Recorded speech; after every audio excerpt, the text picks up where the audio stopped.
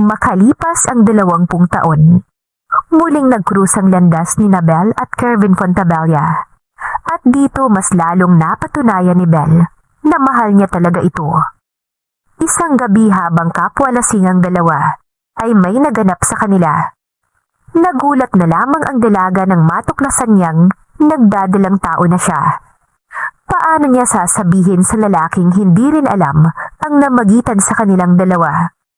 Aalis na lang ba siya upang itago ang kanilang mga anak? O sasabihin ng nabuong 4 na sanggol sa kanyang sinapupunan? Miss Manzala, pwede na kayong pumasok sa CEO's office. Mr. Fontabella is waiting for you. Mabait na sabi ng babaeng nakapwesto sa labas ng office. Nandito siya ngayon para sa interview. Kahapon ay 10 silang nag-apply at hindi niya akalaing matatawagan siya para sa final interview. Nagpakilala pa ito sa kanyang jazzer na sekretary ni Kervin. Tila pamilyar pa nga sa kanya ang pangalan ng lalaki. Sa nayo ng Santa Florencia na kanyang pinagmulang probinsya, ay kilala ang mga Fontabella na makapangyarihan at mayayaman. Isa ito sa may pinakamalawak na lupain sa kanilang probinsya. At si Kervin ang kilalang panganay sa 2 magkapatid na anak ng mag-asawang Fontabella, kung hindi siya nagkakamali. 7 taon siya nang lumuwas siya at iniwan ng maralitang buhay sa probinsya at nagbaka sakali sa Maynila dahil sa magandang offer ni Mr. Tan sa kanyang ama. Kukunin itong tagapamahala ng planta dahil mangingibang bansa ang amo. Dito'y guminhawa ang kanilang buhay kahit papano dahil na rin sa kasipagan ng kanyang itay Tony. Nakapag-aral siya hanggang kolehiyo at heto magkakaroon na ng magandang trabaho kung papalarin siyang matanggap dahil nais niyang pahintuin sa trabaho ang kanyang ama at siya na ang bahala sa pangangailangan nila. Alam niya kasing nahihirapan na ito pero hindi magawang magreklamo dahil 2 silang anak at nag-aaral pa ng kolehiyo ang isa. Good morning, sir. Bati ni Belle sa lalaking nakaupo sa harapan ng executive table. Napapatingin siya sa nameplate na nasa ibabaw ng mesa nito. Kervin Fontabella, CEO. Nang mag-angat ng muka ang lalaki, ay napasinghap siya sa nakita. Natulala si Belle at tila nakagat ang sariling dila kaya hindi nakapagsalita.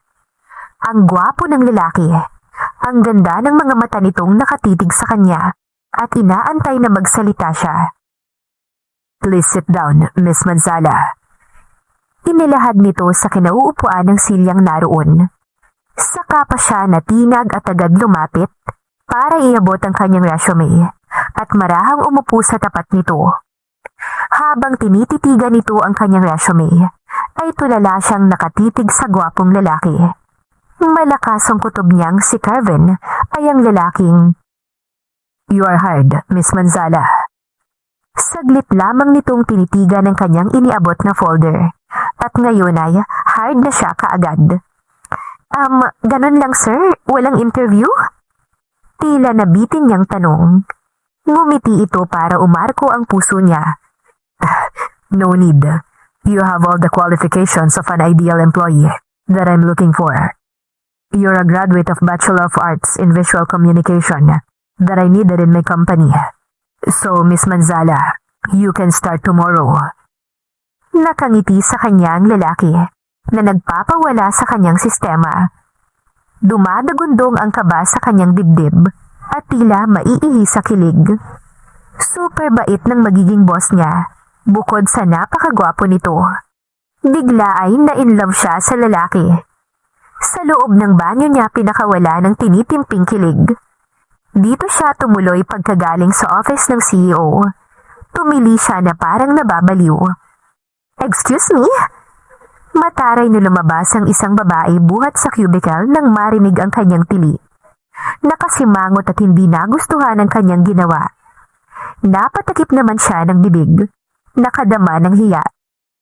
Halatang hindi employee sa building na yon ang babae dahil hindi naman ito naka-uniform. Halatang mayaman sa suot nitong magarang damit. Inirapan siya matapos nitong mag-retouch at tuloy-tuloy sa labas. Napahiya siya pero paglabas nito ay muli siyang napatili sa kilig. Titig pa lang ni Kevin, mahihimatay na siya. Ang isiping makakasama ito sa loob ng company araw-araw ay hindi niya mapaniwalaan. Panigurado siyang gaganahan magtrabaho sa tuwing makikita ito. Pagkatapos ilabas ang kilig, ay lumabas na siya sa banyo.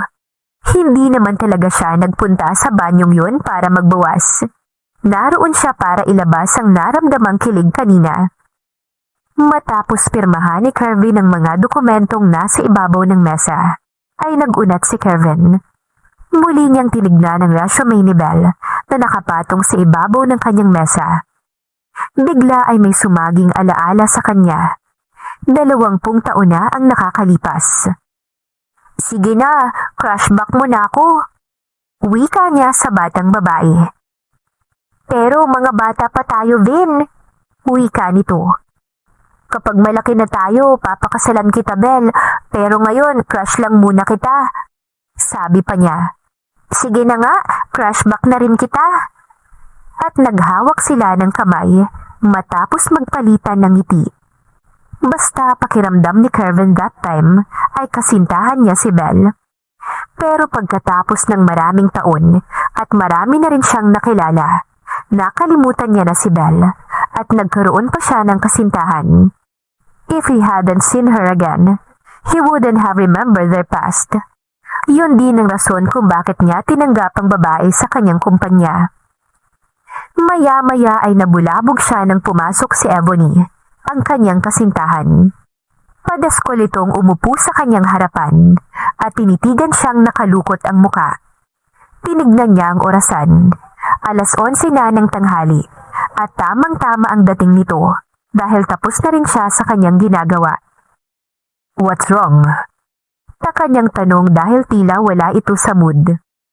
There was an annoying woman in the bathroom earlier. She's a bit crazy while yelling alone. Nakasimangot itong nakanguso ang magandang muka. Natawa siya at sa halip na pansinin ang sinabi ni Ebony, ay tumayo siya at nilapitan ito. Let's eat lunch para mawala ng init ng ulo mo, sweetie. Aniyang hinalikan ito sa pisngi para tuluyang mawala ang pagka-iritable ng kanyang kasintahan. Effective naman dahil ngumiti ito at naglambitin sa kanyang liig. Thank you, Kevin. Siguro nga ay gutom na ako. Ngumiti na rin ito at inilapit ang pisngi sa kanya. Pagkatapos ay siya naman ang hinalikan. Paglabas ng banyo ni Belle, ay tumuloy siya sa sekretary ni Kevin na siyang mag-o-orient sa kanya para bukas. Natigilan pa siya ng pagliko niya'y nakita niya si Kevin na may kasamang babae palabas. Dagli siyang nagkubli at sinundan ng tingin ng dalawa. Nakaakap ang babae sa baywang ni Kevin at nakaakbay naman ang lalaki sa babae at ang sweet ng palitan ng ngiti ng dalawa. Bigla ay nanlumo ang dalaga sa nakita at para bang may mabigat na bagay na dumagan sa kanyang dibdib. May girlfriend na pala ang lalaking crush niya.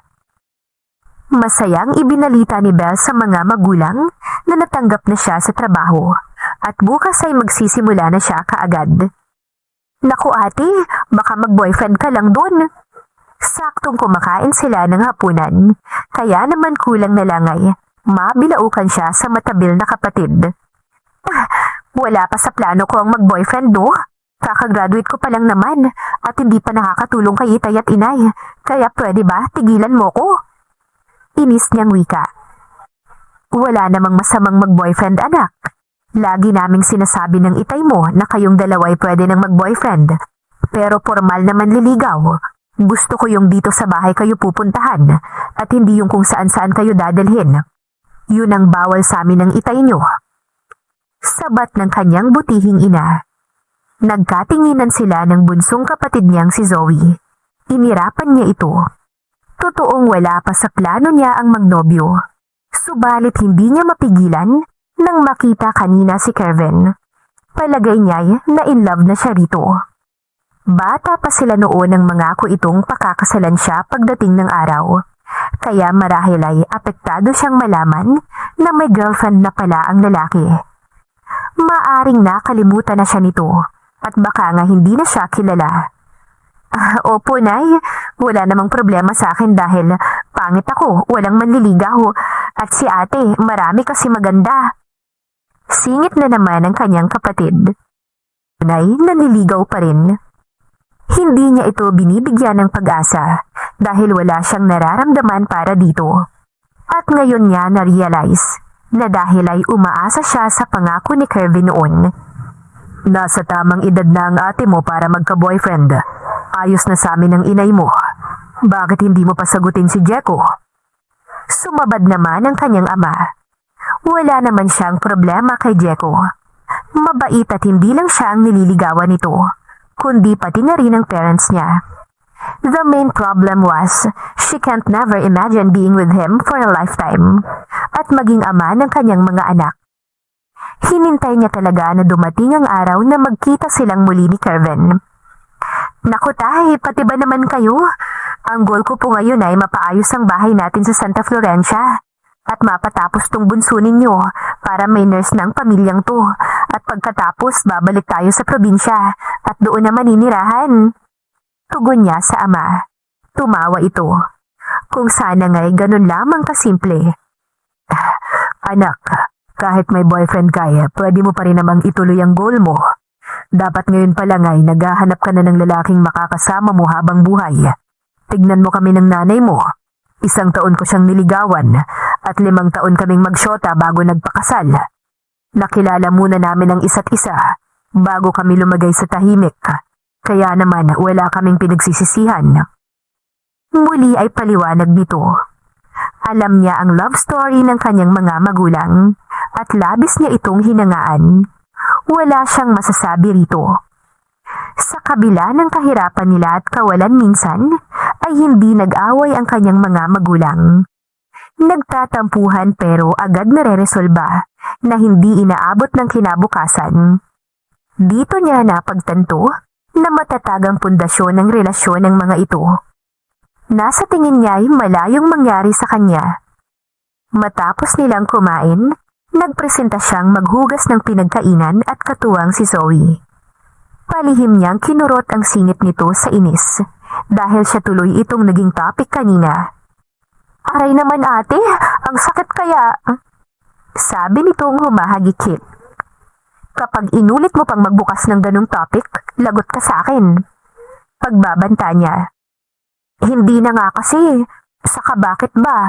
Hindi naman nagalit si inay at itaya. Sagutin mo na kasi si Kuya Jeko. Nakakainis ka kasi, pakipot ka pa. Ayan tuloy, hindi ako makapag-boyfriend dahil sa'yo. Ah, ganun. Gusto mo kong magka-boyfriend dahil kumekerengkeng ka na? Muli niya itong pinagkukurot. Nagpahabol pa sa labas ang maldita niyang kapatid para kampihan ng kanyang ama at ina. Natatawa na lang din siya sa harutan nila. Pero nalungkot muli nang maalala ang eksena kanina ni Kervin at ang kasama nitong babae. Kinabukasan, mas maaga ng 20 minutes nang siya'y dumating sa gusaling pinapasukan, ang Fontabella Holdings. Inihatid siya ng ama gamit ang sasakyan na pinahiram ni Mr. Tan dito. Sobrang aga niya at halos wala pang makikita sa loob ng gusali. Pero pagpasok niya ng elevator, natigilan siya nang makita niya si Kervin. Hindi niya alam na mas maaga pa ito sa inaasahan niya. Tila nagulat din ang lalaki pagkakita sa kanya. Good morning, sir. Bati niya na lang. Nang maalalang may nobya na ang lalaki, ay pinutol agad niya ang pakikipagtitigan dito at pumwesto sa pinakadulong bahagi ng elevator. Tumango lamang ito at bahagya siyang nginitian. Hindi niya maiwasang sulyapan ng palihim ang lalaki. Ang laki ng pinagbago nito. Tanda niya noong patpati nito bagaman cute. Pero ngayon ay sinong mag-aakala na ganito na pala ito kagwapo at macho. Nang mapalingon ito sa gawin niya, ay nagpatay mali siya si Belle. Inip siyang naghintay na marating ang 10th floor. Nang biglang mamatay ang ilaw at gumewang ang elevator, napahawak siya sa gilid at nahintakutan. Si Kervin ay napatingin sa kanya at automatic siyang hinawakan sa kanyang kamay. Dama niyang nag-aalala ito. Are you okay? Tanong nito. Mas kinabahan pa siya sa paghawak nito sa kanya kaysa sa posibilidad na makulong sila sa loob ng elevator. Dahil kalaunan ay huminto iyon at nanatiling patay ang ilaw. Dahil nasa malapit si Kervin ay nawala ang takot niya. Okay lang ako, sir. Saad niya nang marinig ang pag-aalala sa boses nito. Don't panic. I'll call the technician so this elevator can be fixed immediately. Pagkasabi nito ay binunot ang cellphone sa bulsa at kaagad nagkaroon ng liwanag sa loob. Kung bakit hindi siya makaramdam ng anumang pag-aalala sa mga oras na yun habang kasama ang lalaki ay hindi niya alam. Pakiramdam ni Belle kapag katabi niya ito'y safe siya at wala siyang dapat katakutan. Maya-maya ay kausap na ni Kervin ang maintenance ng buong building. Marahil ay technician niyo ng vertical transportation system. Dahil hindi nagtagal, ay nagkailaw na sa loob. Sa kanya lang napagtanto na nakakapit pala siya sa lalaki at nakasandal pa rito. Dali-dali siyang lumayo sa lalaki at nahihiyang nag-iwas ng tingin. Kasabay noon ay bumukas ang pinto ng elevator. Thanks God! You're safe, sweetie! Overreact na umiiyak ang isang babae habang yumayakap kay Kervin, ang kasintahan nito. Inalalayan siya ng isang lalaki palabas dahil umalis na kaagad ang dalawa at parang walang kasama si Kervin na hindi na siya nilingon pa. Isang buwan ang matulin na lumipas at na-congrats na rin ni Belle ang kanyang sarili. At kung bakit, iyon ay dahil sa araw-araw na umiiwas siya kay Kervin. Siya ring madalas nilang pagkakasalubong sa loob ng trabaho, kasama ang kasintahan nito na buong araw yata'y nakadikit sa lalaki. Get in the car. I'll take you home. Isang hapon ay may bigla na lamang humintong kotse sa tapat ng kanyang kinatatayuan habang nag-aantay siya ng taxi. Napamulagat siya. Sir Kervin? Pagtatakang rumihistro sa mukha niya. Umiiwas na nga siya sa tukso. Pilit naman itong lumalapit sa kanya. Kinunuta naman siya nito ng noo. Are you expecting someone else? Mabilis siyang umiling. Salamat na lang sir pero magta-taxi ako. Mabilis niyang tanggi.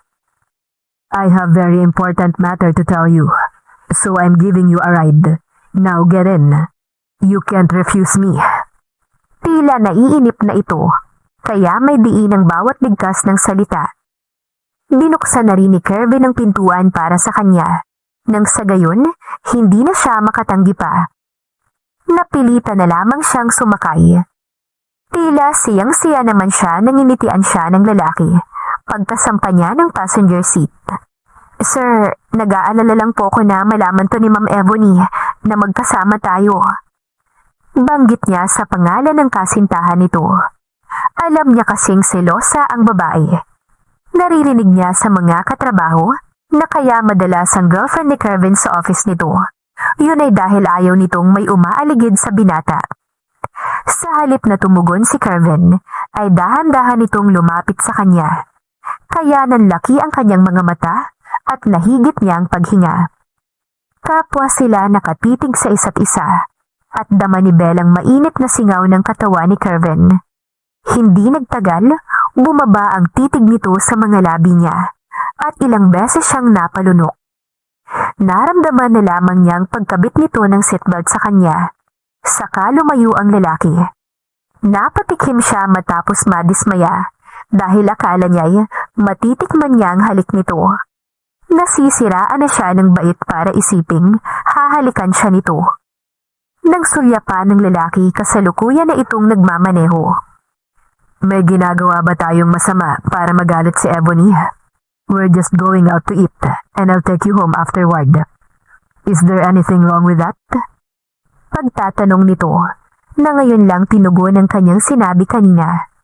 Oh? React niya na napamulagat. Teka lang sir, wala sa usapang kakain pa tayo. Ihahatid mo lang po ako sa amin, hindi ba? Pag-aalala niyang sinabi. Nginitian siya nito bago bahagyang sinulyapan. What if I can't? May magagawa ka ba? And one more thing, Belle. Stop calling me sir, it's awkward. Utos nito sa kanya. Napaawang ang labi niya sa sinabi ng amo. Naguguluhan siya. Pero tila naging sunod-sunuran si Belle at walang nagawa hanggang sa huminto na lamang sa tapat ng isang restaurant ang kotse nito. Hindi niya na hinintay na pagbuksan pa siya nito. Mabilis na siyang bumaba. Ano bang importanteng bagay ang pag-uusapan natin at kailangan pa nating lumabas na tayo lang? Alanganin siyang nakatingin sa amo habang hinihintay ang order nilang pagkain. Tinignan niya ang pag-arko ng labi nito. Mas makakabuti kung kakain muna tayo, Belle. Kervin, please. Okay, this is about the promise I made to you 20 years ago. Hindi ko makakalimutan yon. Mahinang tura nito sa kanya. Napalunok siya at natulala sa harapan nito. Parang may kaligayahang humaplos sa kanyang puso, na para bang maiiyak siya sa sinabi ni Kervin dahil sa tuwa. Buong akala niya ay nakalimutan na nito iyon. Pero mga bata pa tayo nun, Belle. Dugtong nito. Wala lang yun.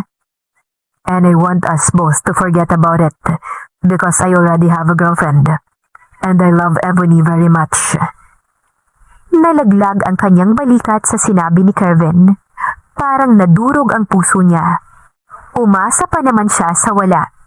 Nakakatawa. Nagmukha siyang tanga. Pwede ba tayong maging magkaibigan na lang, Ebony? Muli itong nagsalita. Nakagat niya ang ibabang labi. Bakit ba siya nasasaktan? Pagkuway ngumiti ng matamis. Walang problema, yun lang pala, Kervin. Masaya niyang wika bago tumayo. Excuse me, I need to go to the restroom. Paalam niya at agad na tumalikod. Ngumiti lamang ito. Malalim na buntong hininga ang kanyang pinakawalan pagdating ng banyo. At least, nilinaw ni Kervin sa kanya ang lahat na magkaibigan lamang sila. Tama naman ito. Bata pa sila masyado nung time na yun. Bakit ba ang tanga niya? At para magising sa katotohanan, ay hinilamusan niya ang kanyang muka. Siguro naman simula ngayon, malaya na siya sa matagal na pinanghawakang pangako ni Kervin. Matapos punasan ng tissue ang basang muka, ay nag-retouch siya bago lumabas. Pero natigilan siya ng pagbalik sa mesa, ay nakita niya si Ebony na kasalukuyang kausap ni Kervin. Maaring bago sila nagpunta rito, ay tinawagan na nito ang babae. At ang dinner na yun ay para sa babae. Hindi sa nais siyang makasabay ni Kervin. Nasaktan siya. Parang piniga ang puso niya sa nakikitang kaswita ng dalawa. Napaigtad siya sa gulat nang magring ang kanyang cellphone. Nagkubli siya upang tignan kung sino ang tumatawag na yun. Napapikit siya. Wrong timing ang makulit niyang manliligaw. Napilitan siyang sagutin ang tawag nito dahil tsak na hindi siya nito titigilan. Hi love, kamusta? Bungad nito. Alam mo bang nasa bahay niyo ko ngayon? Dito ako dumiretso pagkagaling ko sa Santa Florencia. Masayang saad ng lalaki sa kabilang linya. Napabuntong hininga siya at sumilip muna sa kinaroroonan ng magkasintahan. Sweet ang dalawa habang nag-uusap. Kulang na nga lang ay magdikit ang mga labi nito, kaya daman niyang naninibugho siya. Okay, pauwi na ako. Bye. Paalam niya. Talagang hihintayin kita dito, Belle. Nagtaksi na lamang siya pauwi at hindi na binalikan ng kanyang boss. Magpapadala na lamang siya ng mensahe rito. Sa taxi ay hindi niya makalimutan ang sinabi ni Kervin kanina at lihim na pumatak ang kanyang mga luha. Nadatnan niyang masayang nakikipag-usap si Jeko sa kanyang mga magulang. Halatang boto ang dalawa sa binata. Tumikim siya nang dumating, kaya naagaw niya ang atensyon ng lahat. Tumayo ang lalaki upang salubungin siya. Inalalayan pang umupo sa sofa na parang baldado. Pero nag-bless muna sa mga magulang. Ginabi ka ata, anak. Sabi ng kanyang ama. Nag-overtime po ako, itay. Tugon niya na lang. Kumain muna tayo. Sakto't nakapagluto na ako. Ang kanyang ina na agad nang tumayo upang tunguhin ang kusina. Magbibihis lang po ko. Wika niya tagad na tumayo. Malungkot pa rin siya sa kabiguan niya kanina lang. Sa bagay, ano pa bang inaasahan niya? Sa 20 years na wala naman silang kontak. Matapos kumain ay nagpaalam siya sa mga magulang na magpapahinga na sa kwarto. Kung hindi pa nito pinaalala sa kanya na may bisita. Wala talaga siyang kagana-gana. May problema ba? Ramdam ni Jeko na matamlay siya. Napagod lang ako. Siguro mas makakabuti kung babalik ka na lang sa ibang araw. Wika niya sa lalaki. Pagak itong natawa. Hindi talaga ako makapaniwala sa iyo, Bel. Ang layo ng pinanggalingan ko tapos papabalikin mo lang ako para sa wala. Ngayon ko lang napagtanto na wala talaga akong aasahan sa iyo. Nasasaktan itong wika. Napabuntong hininga siya. Bakit nga ba hinintay pa niyang umabot ito ng ilang taong panliligaw sa kanya? Wala naman siyang nararamdaman kay Jeko. Hindi tuloy nito mahanap ang babaeng para rito. Sorry, tipid niyang tugon. Marahan itong napapitik sa hangin at pinaglaruan ng dila sa loob ng bibig. Namula rin ang mga mata nito sa luha. Okay, ganun lang yun. Sa loob ng ilang taon, basta ganun na lang yun, Bel. May inis ang tono nito at puno ng hinanakit. Pumasok sa loob ng bahay nila at dinig niyang nagpaalam sa mga magulang niya. Dumaan ang malaking bulto nito sa harapan niya na hindi siya pinansin at nagtuloy sa labas. Kalaunan ay narinig na lamang niyang humarurot ang gamit nitong big bike. Hinabol niya ito ng tingin at napapabuntong hininga. Malaya na rin ba siya kay Jeko? Kinabukas ay dama niya pa rin ang bigat ng kalooban at pilit na nag-focus sa trabaho. Miss Manzala, may bulaklak para sa'yo. Pasado 10:00 ng umaga, nakatanggap siya ng bulaklak. Mula sa hawak na design ay kunot noon niyang tinignan ang bulaklak na nilapag ni Yumi sa kanyang mesa. Kanino galing? Tanong niya sa katrabaho. Umirap ito sa kanya. Bakit di mo kaya i-check para alam mo? Napag-utusan nga lang ako ng guard na ihatid sa cubicle mo. Tapos ngayon uutusan mo kung alamin kung kanino nagmula. Masungit nitong talak. Itapon mo. Walang gana niyang saad at ibinalik ang ginagawa sa kanyang atensyon. Kung galing sa hindi niya kilalang tao ang bulaklak na yon ay hindi siya interesado. Nanlaki ang mga mata nito at saka pasinipat ang card, pero walang pangalan. Kung itatapon mo, edi akin na lang. Pakending itong tinungo ang sariling cubicle na nasa likuran niya lamang. Sa muli ay naging abala siya, na hindi niya namalayan ang oras at lunchtime na pala. Tara na, Bel! Panglima na yata si Lizzie na nag-ayang mag-lunch sa kanya na hindi niya lang pinansin. Isa pa ay pinabaunan siya ng kanin at ulam. May tubig din siya kaya hindi niya na kailangan gumastos para sa lunch or nagtitipid lamang siya. Miss Manzala, pinapatawag ka ni Sir CEO sa office niya. Pagkalipas ng 6 na minuto ay nilapitan siya ni Jessel na pinagtaka niya. Inisip niyang baka kailangan ito ng design na hiningi sa kanya. Kaya bitbit ang folder na tinungo niya ang office ni Kervin. Good afternoon. Matapos kumatok ay tumuloy siya sa loob. Have a seat and join me for lunch. Itinuro nito ang mesa. Sa kanya lamang napansin na may mga pagkaing naroon. Kumunot naman ang kanyang noo. Anong meron at isasabay siya nitong kumain sa halip na ang kasintahan? Naku, salamat na lang, pero may baon kasi ako eh. Are you avoiding me, Belle? Seryoso ang tono nito at ang matang nakatitig sa kanya. Buti naman at alam nito. Gusto niyang maging tapat sa naramdaman kahapon, pero wala namang silbi pa. Hindi siya sumagot kundi nakatango na lang. Tumayo ito sa kinauupuan at lumapit sa kanya. Boss mo ko, at magkaibigan tayo.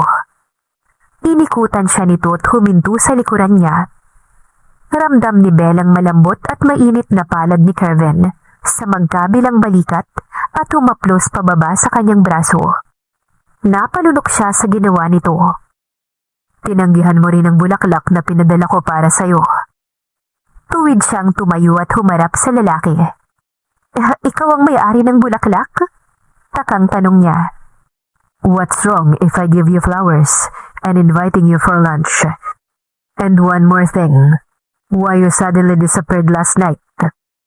Sabi pa nito sa malambot na boses.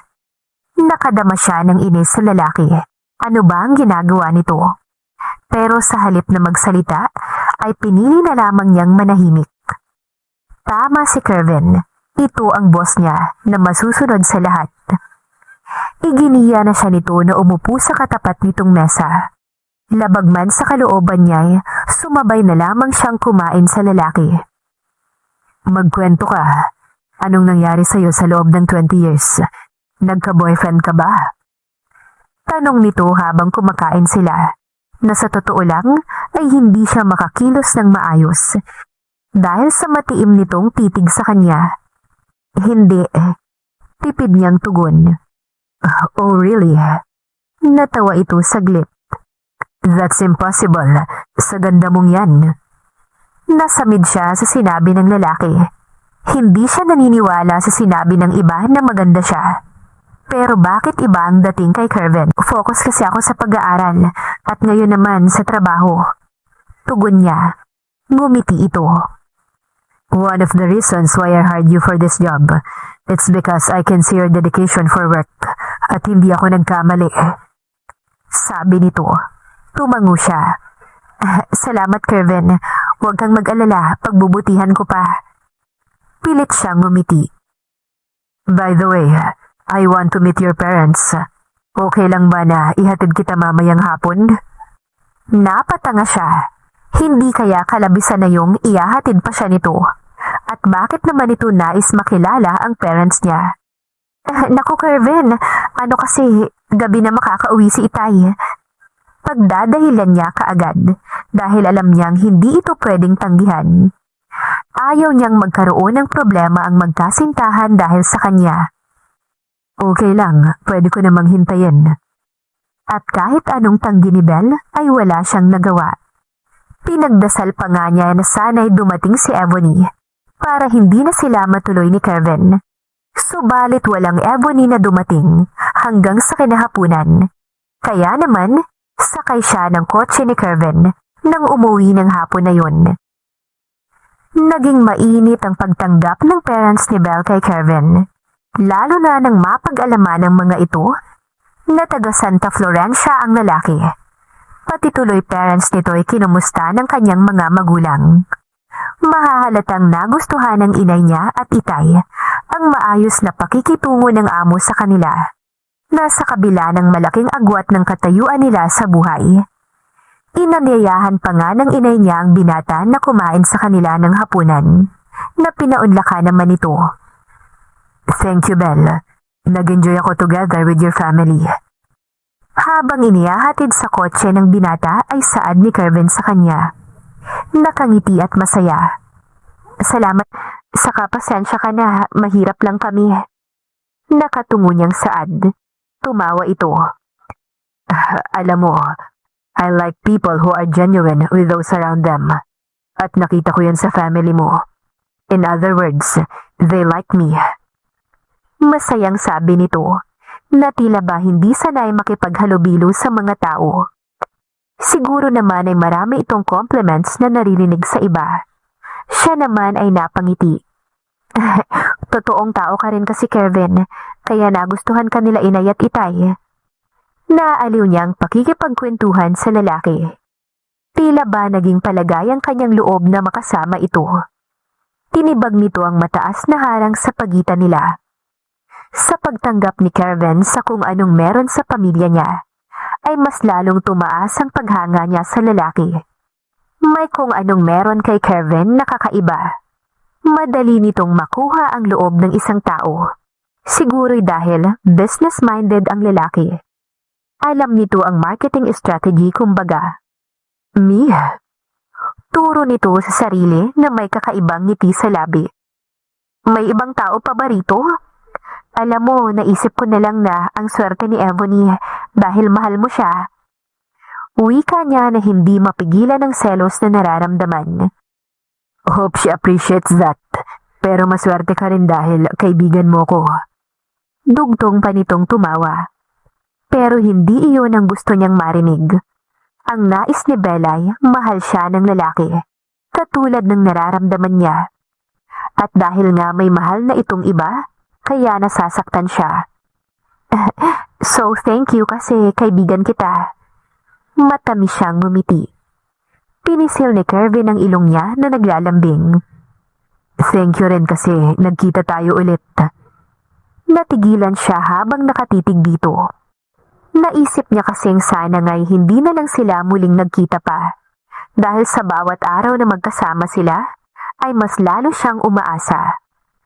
Maya-maya pa'y itinaboy niya na ito pasakay ng kotse at nagkunwaring magpapahinga na siya bago pa kung saan mapunta ang usapan nila. Baka maamin pa niya ang kanyang nararamdaman. Okay, see you tomorrow, Belle. Good night. Kumaway ito sa kanya bago binuhay ang makina ng kotse. Siya naman ay nakangiting pumasok sa loob. Mas nanaig yung saya kaysa lungkot na nararamdaman niya. Masaya siyang kasama at kausap si Kervin, pero malungkot dahil iniisip niya ang girlfriend nito. Iyan ang gusto ko, umaakyat ng ligaw, yung pinupuntahan ka talaga sa bahay. Huwag mo nang pahirapan si Kervin, sagutin mo na kaagad, okay siya sa akin. Nagulat si Belle pagpasok niya nang bumungad ang kanyang ama. Napangiwi siya sa narinig. Tay, hindi ko po manliligaw si Kervin. Boss ko po siya. Sagot niya. Lalaki ako anak, kaya batid ko yung mga ganyang galawan. Ang lalaki hindi magsasayang ng oras sa isang babae kung wala itong nararamdaman. Maniwala ka sa akin. Sabi pang muli nito at hindi niya na sinagot kahit na gustong sabihin may nobya na ito. Kaya imposibleng mangyari ang iniisip ng kanyang itay. Ang pangyayaring yun ay nasundan ng nasundan, lalo pat nasa ibang bansa si Ebony. Nabalitaan niyang nasa isang training ito. Kung tungkol saan, ayun ay hindi niya alam. Pwedeng business dahil nasa larangan din ng negosyo ang parents ng dalaga. Kaya nga bagay ang dalawa. Parehong mayaman. Kahit alam niyang kaibigan lamang ang tingin sa kanya ni Kervin, ay hindi niya pa rin mapigilan ang sariling damdamin. Ine-enjoy niya ang bawat sandaling magkasama silang dalawa. Sasamantalahin niyang makasama ang lalaki habang wala ang kasintahan nito. Tiyak niya kasing kapag bumalik ng Pinas si Ebony, ay hindi na sila magkakasama pang muli. Katulad ng gabing iyon, ay may dinaluhan silang event ni Kervin, kasama ang sekretary nitong si Jessel. Hindi naman lingid sa kaalaman ng sekretarya ng lalaki na magkaibigan sila ni Kervin. Bukod kay Jessel ay wala namang nakakahalatang palagi silang magkasama. Belle, huwag ka sanang magagalit ha. Kayo na ba ni Sir? Tanong nito sa kanya. Kasalukuyang may mga kausap si Kervin sa event na yun, na mga business partner nito at iba pang investors. Umiling siya. Magkaibigan lang kami ni Sir Kervin. Tugon niya kahit tila naghihinala na ito. Ilang beses na kasi siyang inahatid ng kaibigan sa bahay at ilang beses na rin silang magkasabay kumain. Sige, sabi mo yan ah. Ngiti nito sa kanya. Sa gabing iyon ay naroong uminom siya ng alak at sumayaw. Nung una ay kasama pa nila si Jessel, pero nauna na itong umuwi, na mas nagustuhan niya. Sobrang naging komportable siya sa tabi nito, na hindi na namalayang nalasing at nakatulog na kasama ang kaibigan. Basta pagising niya kinabukasan, masakit ang ulo niya, maging ang kanyang buong katawan, na parang binugbog at mag-isa sa loob ng hotel. Napabalikwas ng bangon si Belle, pero kumirot ang gitnang bahagi ng kanyang katawan. Iisa lamang ang ibig sabihin nun. May gumalaw sa pagkababae niya habang siya'y lasing. Pero sino? Tanda niyang si Kervin ang kasama niya kagabi. Subalit wala ito sa kwartong yun at walang bakas na may kasama siya sa loob. Tulirong nagbihis ang dalaga at umuwi sa bahay nila. Litong-lito siya sa nangyari sa kanya. "O anak, dumating ka na pala. Kumain ka muna. Hindi ka ata hinatid ni Kervin." Nagkakanda haba-haba ang liig ng kanyang ina, na sinilip sa labas kung may kasama siya. Hindi sumagot si Belle dahil sa masamang pakiramdam, at agad na siyang tumuloy sa kanyang kwarto matapos magpaalam sa ina. Masakit ang ulo niya, ang buo niyang katawan. Mabuting at wala siyang pasok sa araw na yun dahil gusto niyang matulog. Sa matinding sakit ng ulo dahil sa kalasingan, ay agad nakaidlip si Belle matapos maglinis ng kanyang katawan. 2 araw siyang hindi nakapasok bago nawala ang pananakit ng kanyang katawan, at sa 2 araw na yun ay nagkulong lamang siya sa kwarto. Wala siyang natanggap na tawag o ni text ay wala.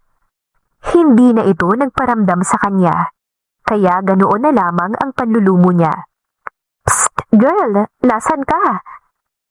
Tawag ni Jessel nang akmang papasok siya sa office ni Kervin pagdating niya. May mga itatanong lang sana siya sa lalaki nang nagdaang gabi matapos ang event. Malakas ang kutob niyang si Kervin ang kasama niya sa hotel at ito ang gumalaw sa kanya. Pero bakit? Napahinto siya sa gagawin na pagpasok sana sa loob ng office ni Kervin. "Ihahatid ko lang to kay Sir Kervin." Itinaas niya ang files na hawak para ipakita kay Jessel. Ngumiti ito. "May bisita siya. Nandyan si Ma'am Ebony." Pakiramdam ni Belle ay nanghina ang kanyang mga tuhod sa narinig. Kaya pala wala nang paramdam sa kanya si Kervin dahil nakabalik na ng Pilipinas ang babaeng mahal nito. Nalungkot siyang bumalik sa kanyang pwesto. Maghapon siyang walang ganang nagtrabaho.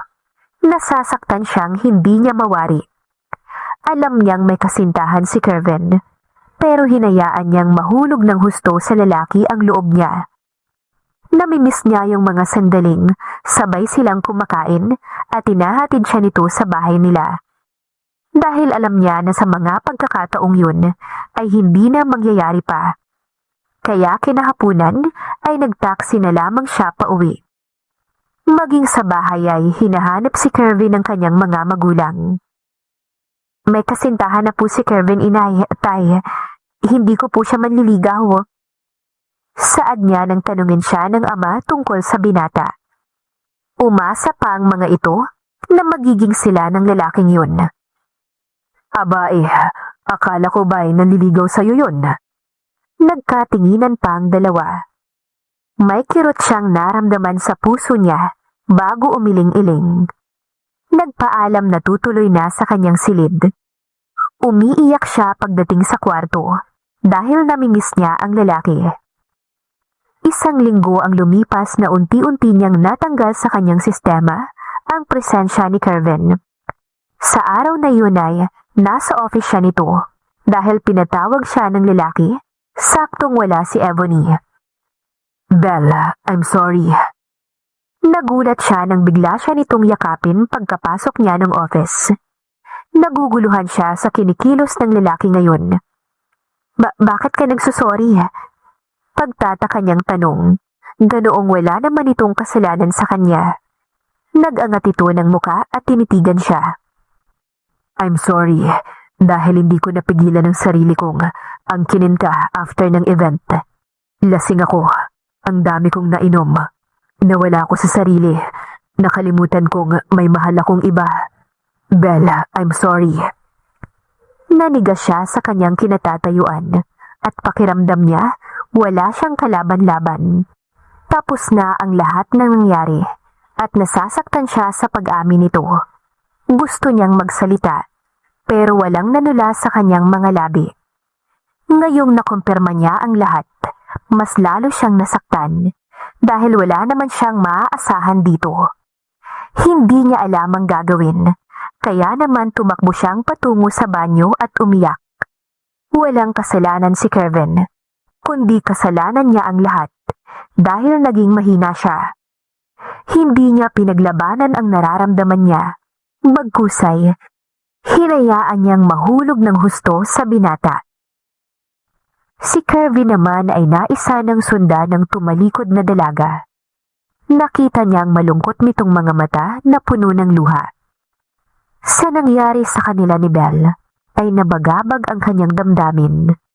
Wala sa plano niyang dalhin ang dalaga sa hotel, kaso ay lasing ito, at baka ikagalit ng magulang ni Belle na hinayaan niyang malasing ang babae.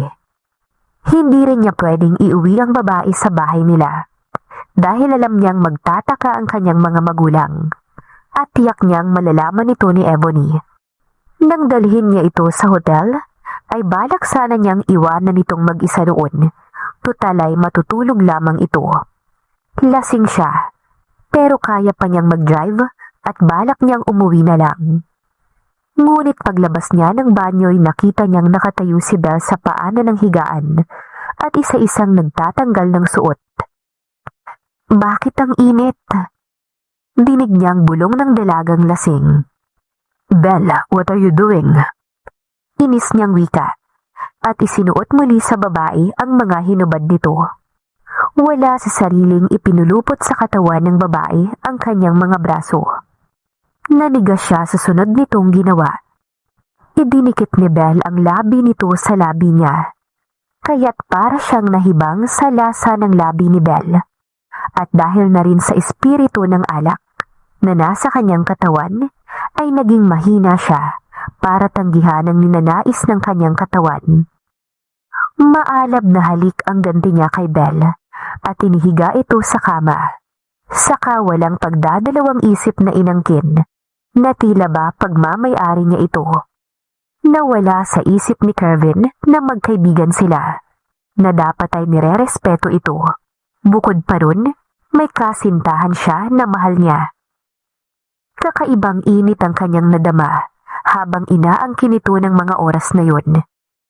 Ang mga ungol ni Belle habang inaangkin ay nagbibigay sa kanya ng kakaibang kasiyahan na hanggang ngayon nga ay sariwa pa sa kanyang alaala ang tagpong pinagsaluhan nilang dalawa. Tila nag-iba na rin ang pakiramdam niya sa tuwing makikita ito o kahit tinatanaw ito mula sa malayo. Bukod pa ron, maging ang damdamin niya ay nagbago na rin para kay Ebony. Matapos nang may naganap sa kanila ni Belle, ay iniwan niya ito sa hotel dahil sa nakakailang tawag na si Ebony sa kanya na nakabalik na pala ito ng Pilipinas. Nawala na siya ng pagkakataong makausap si Belle dahil palagi niyang kasama ang kanyang kasintahan. Sinamantala niya lang ngayong wala ito. Mabilis siyang kumilos at sinundan ng dalaga na nagtungo sa banyo. Hinintay niya itong lumabas upang magkausap sila. Gusto niyang linawin ang lahat sa kanila ni Belle, na kung ano't anuman ay nais niyang panagutan ito. Pakakasalan niya ito kapag nagbunga ang nangyari sa kanila. Pero kailangan niyang hiwalayan si Ebony. Iyon ang malaki niyang problema ngayon. Abot ng makakaya ni Belle, ay iniwasan niya ang kanyang kaibigan. Pinutol niya ang ugnayan nila ni Kevin dahil walang magandang patutunguhan yun. Tapos na, ang lahat ay nangyari na. Ayaw niyang makasakit ng damdamin ng iba, lalo na kay Ebony. Umiiwas siya sa tuwing lalapit ito, at kahit ipatawag sa office ng lalaki, ay hindi siya pumupunta kapag alam niyang hindi tungkol sa trabaho ang pag-uusapan nila. Sa loob ng isang buwan, nagtagumpay siyang iwasan ito. Sa araw na iyon ay maaga siyang pumasok dahil marami siyang tatapusing trabaho. Hinabol pa siya ng ina upang padalhan ng sandwich dahil wala siyang almusal. Hindi niya alam kung bakit wala siyang ganang kumain nitong mga nakaraang araw at nagsusuka siya. Salamat, Nay. Gayunman ay tinanggap niya iyon at nilagay sa bag.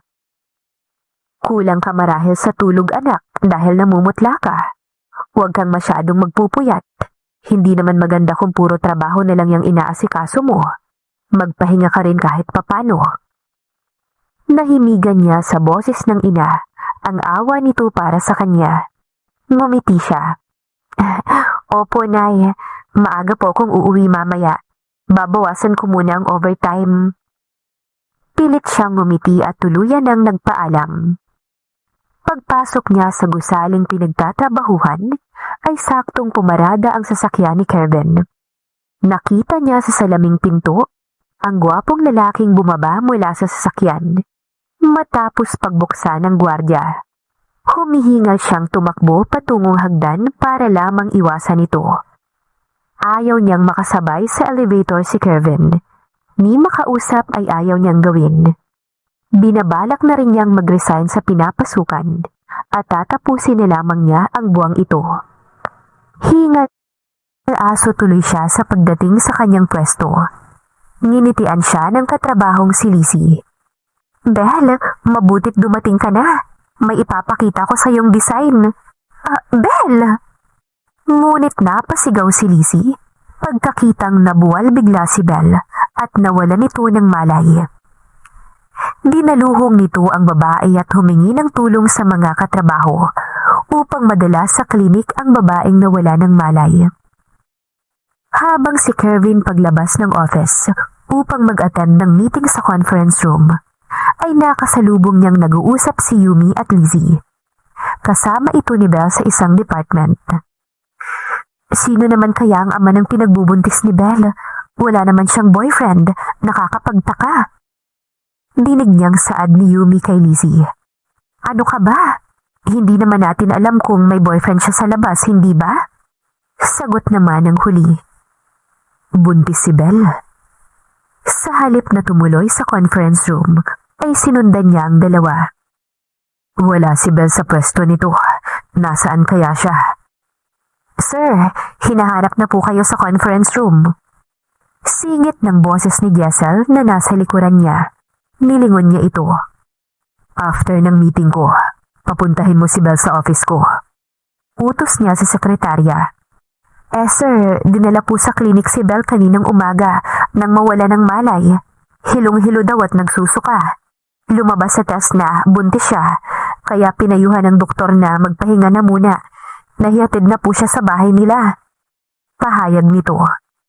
Saglit siyang natigilan sa pagkabigla nang makumpirma ang nangyari kay Belle. Tila nag-alala siya rito dahil alam niyang siya ang ama ng batang dinadala ng dalaga. Malinis niyang nakuha si Belle at siya ang unang lalaki sa buhay nito. Jessel, i-cancel mo ang meeting ko today. I-check ko lang si Belle.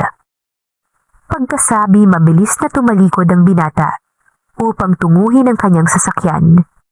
Pupuntahan niya si Belle sa bahay nito. Kailangan niyang makausap ang babae. Napakunot noon na lamang si Jessel na sinundan ng tingin ng amo. Bakit ba kung makapag-alala ito kay Belle ay para bang ito ang ama ng pinagbubuntis ng dalaga?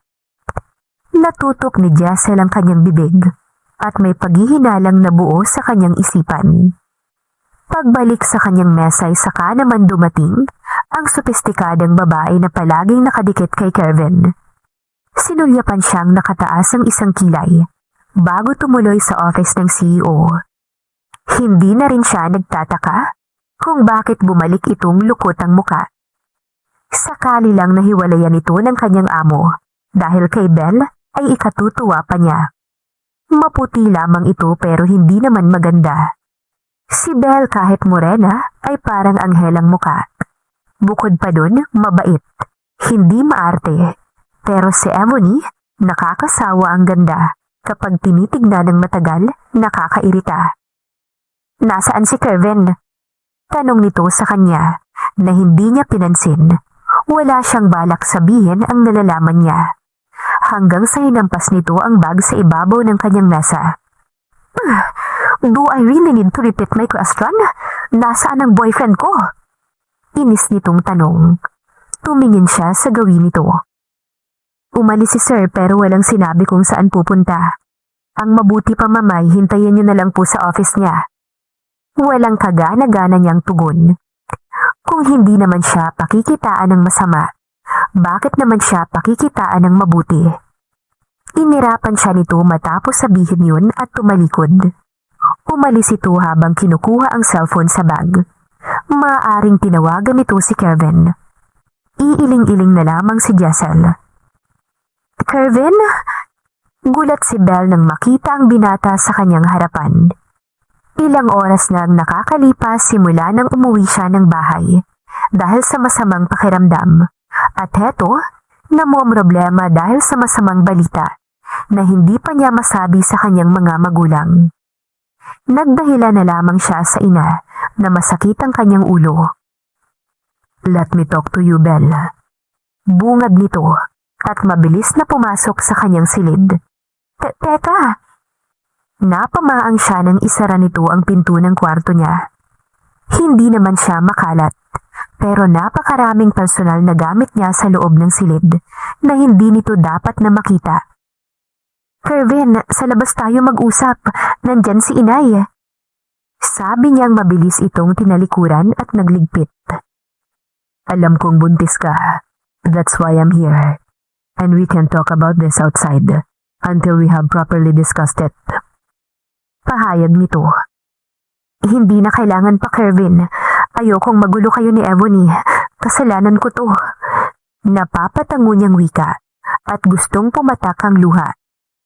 No, Belle, kasalanan ko. Hindi ko napigilan ang sarili ko. Ewan ko kung bakit. Don't worry, pananagutan kita. Masuyo siya nitong hinawakan sa kamay. Nanubig ang mga mata niya sa emosyon na tumingin kay Kevin. Paano? May girlfriend ka at hindi mo ko mahal. Tuluyang pumatak ang mga luha niya. Ayaw niyang magpakasal sa lalaki dahil lamang sa nabuntis siya nito. Mas masasaktan lamang siya at aasa pa ng husto. Kahit anong pagpupumilit ni Belle sa gusto niya, ay si Kevin pa rin ang nasunod. Pakakasalan siya alang-alang sa bata. Kahit na hindi ganon kadali, dahil tiyak niyang malaking gulo para sa relasyon ng dalawa. Inay, itay, buntiso ako. Nauutal at may nginig ang boses ni Belle nang magsalita. Nasa harapan sila ngayon ng kanyang mga magulang, saktong pagdating ng ama niya. Pinangatawan na ni Kevin na hindi ito uuwi, hanggat hindi nasasabi sa parents niya ang tungkol dito. Kaya heto, wala na siyang magawa kundi ipagtapat sa mga magulang ang lahat. Magpapanggap silang magkasintahan sa kanyang mga magulang, para lamang pumayag ang mga ito sa naiisip na kasal ni Kevin. Kung tutuusin ay, pwede nitong talikuran ng responsibilidad sa kanya. Pero hindi niya alam kung anong nagtulak kay Kevin para aminin nila sa kanyang parents. Nabuntis siya at pakakasalan pa nito. Malawak ang naging ngiti ng kanyang ama. Ang inay nagpalipat-lipat ng tingin sa kanilang dalawa. Bumaba ang tingin nito sa magkasalikop nilang kamay. Hawak iyon ng mahigpit ni Kevin. Kaya siguro, hindi ganon katindi ang takot at pag-aalala niya sa magiging reaksyon ng mga magulang. Pero anak, di ba may girlfriend si Kevin? Paanong nangyari to? May pag-aalala sa boses ng kanyang ina. Ano ka ba naman, mahal? Natural ay sinabi lamang iyon ng anak natin para isurprise na magkakaapo na tayong dalawa. Masayang wika ng kanyang ama bago binalingan ang katabi niyang lalaki. Kevin, good job. Ganyan ang gusto ko sa manugang, sharpshooter. Sabi pa nito kay Kevin na ikinangiting hilaw ng huli. Dama niya rin ang paghaplos nito sa palad niya na para bang sinasabing okay na. Sumulyap siya sa lalaki at nginitian lamang siya nito. Itay, inay, huwag ho kayong mag-alala. Pakakasalan ko po si Belle. Tugon ni Kevin na hindi pa man sila na ikakasal, ay itay at inay na ang tawag sa mga magulang niya. Walang problema, Kevin. Una pa lang ay tingin ko sa'yo'y mahal mo na ang anak kong ito. Muli ay ang ama niya ang nagsalita na para bang nakakasigurado sa binibitawang salita. Napatingin naman ang kanyang ina sa gawin ng lalaki at nag-aantay ng sasabihin nito. Yes po, mahal na mahal ko po ang anak ninyo. Nakangiti at waribay hindi nagkukunwari ang binata. Tumawa ang kanyang ama ng malakas at niyakap nito si Kevin. Napaghahalataan tuloy ang itay niya na botong-boto ito sa lalaki. Ang bilis nitong napaniwala ang parents niya. Kung alam lang sana ng mga ito. Inanyayahan pa ng kanyang itay na doon na maghapunan ang lalaki.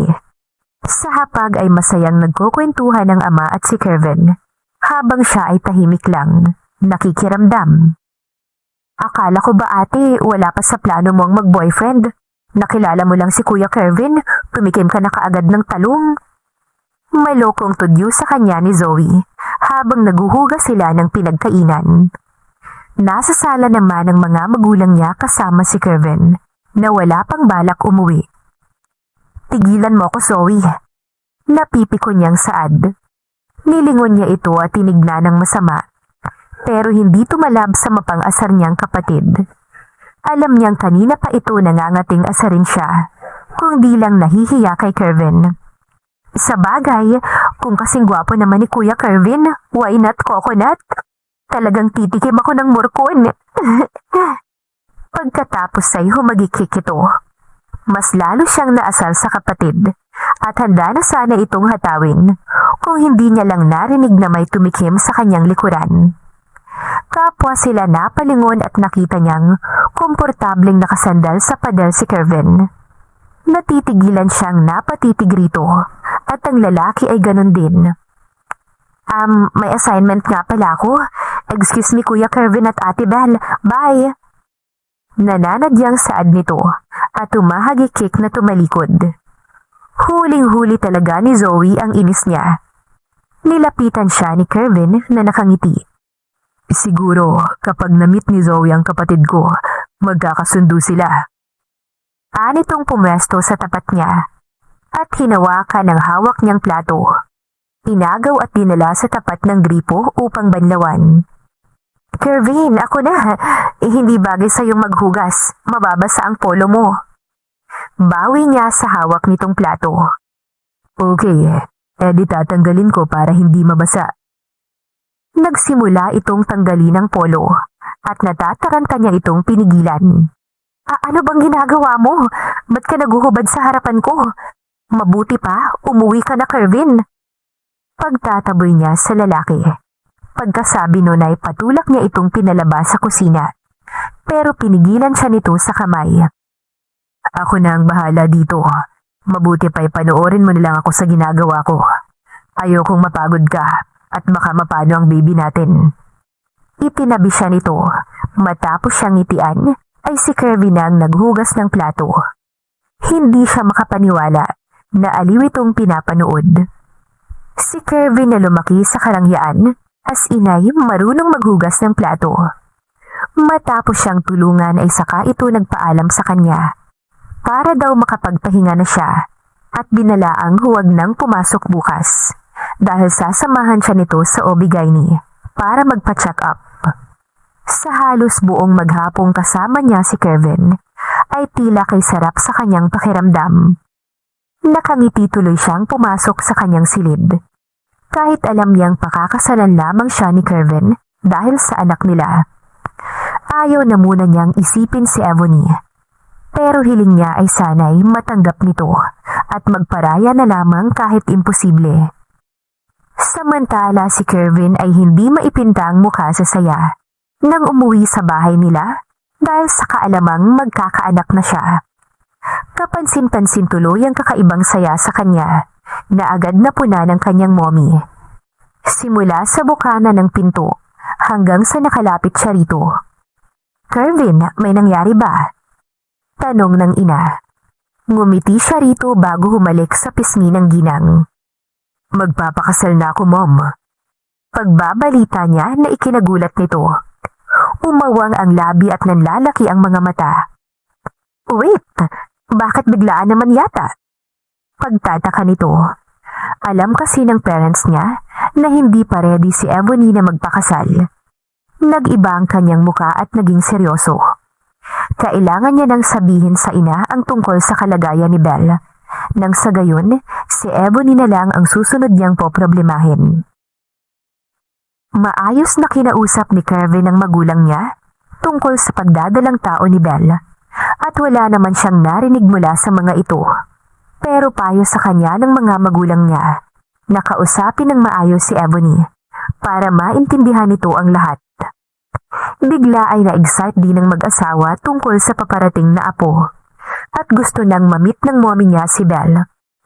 Ngunit malakas na sampalang dumapo sa mukha niya matapos maikwento kay Ebony ang tungkol sa pagdadalang tao ni Belle na siya ang ama. Paano mo nagawa sa akin to, Kevin? I love you more than my own life. I give you everything. How could you betray me like this? Paano?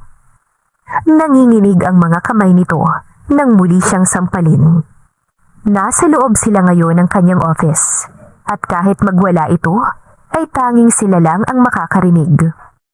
Ebony, can you please listen to me first? I didn't mean for this to happen. I was drunk at wala ako sa sarili ko. Pigil niya sa mga kamay nito at niyakap ang dalaga. Liar! Ginusto mo yun, Kevin.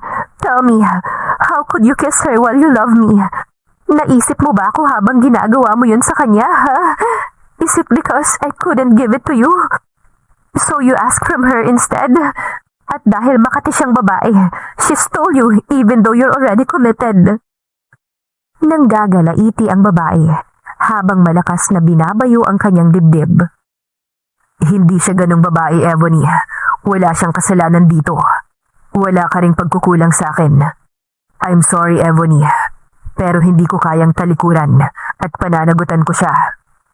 Tugon ni Kevin. Mas lalo itong nanggalaiti sa galit at ibinuhos lahat sa kanya. Hinayaan niya lamang si Ebony dahil masakit talaga ang ginawa niya. Hindi niya rin inaasahan ang lahat ng ito. Matapos umiyak ni Ebony, ay tumayo ito at lumabas sa kanyang office na hindi na muling nagsalita pa. Tahimik siyang nag-isip na sinundan ng tingin ang pintuang nilabasan ng nobya. Marahas siyang napabuntong hininga bago na ihilamos ang palad sa kanyang muka. Umupo siya sa swivel chair at ilang segundo siyang tulala bago kinuha ang kanyang cellphone upang tawagan si Ebony. Pero dahil galit ito, ay hindi sinagot ang kanyang tawag. Belle. Bungad ni Kevin sa kabilang linya nang sagutin ni Belle ang tawag nito. Sa boses ni Kevin ay ramdam niyang may problema at hula niya si Ebony. I'm sorry, baka hindi matuloy ang lakad natin sa Obigay today. Pero dahil gusto kang makilala ni Dad at Mom, susunduin kita mamayang hapon. Wika ng lalaki sa kabilang linya sa malungkot na boses. Okay lang, Kevin. Masama rin naman ang pakiramdam ko. Okay lang ba kung next time mo na lang akong ipapakilala sa parents mo? Tanong niya.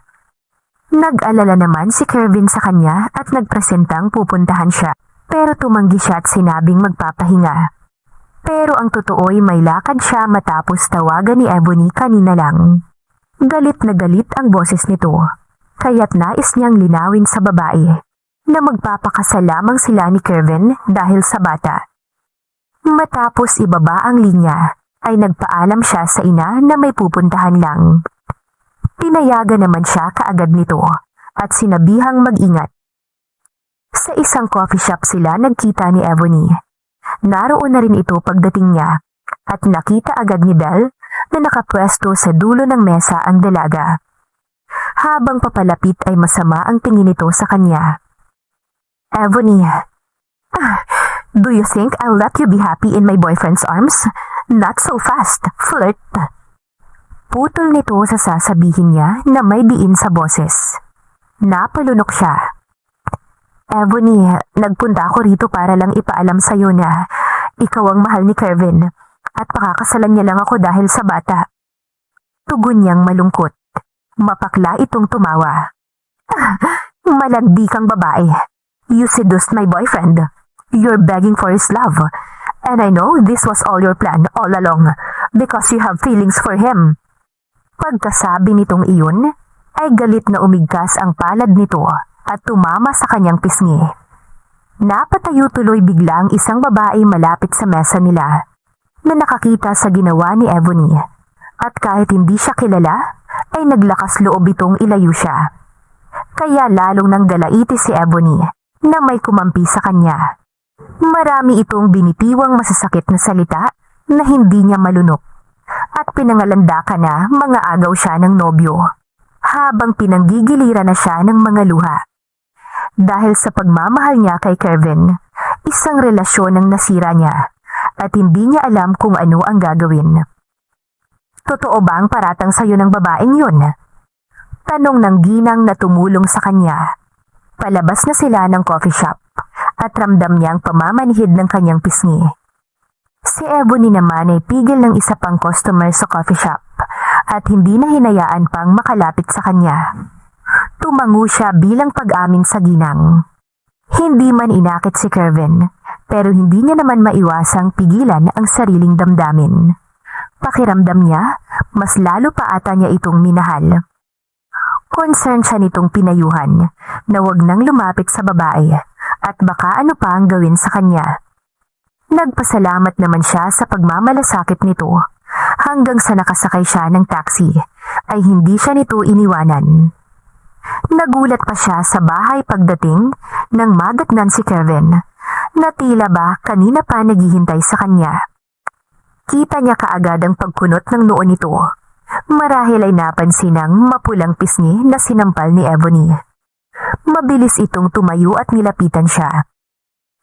Akala ko ba masama ang pakiramdam mo? And what is this?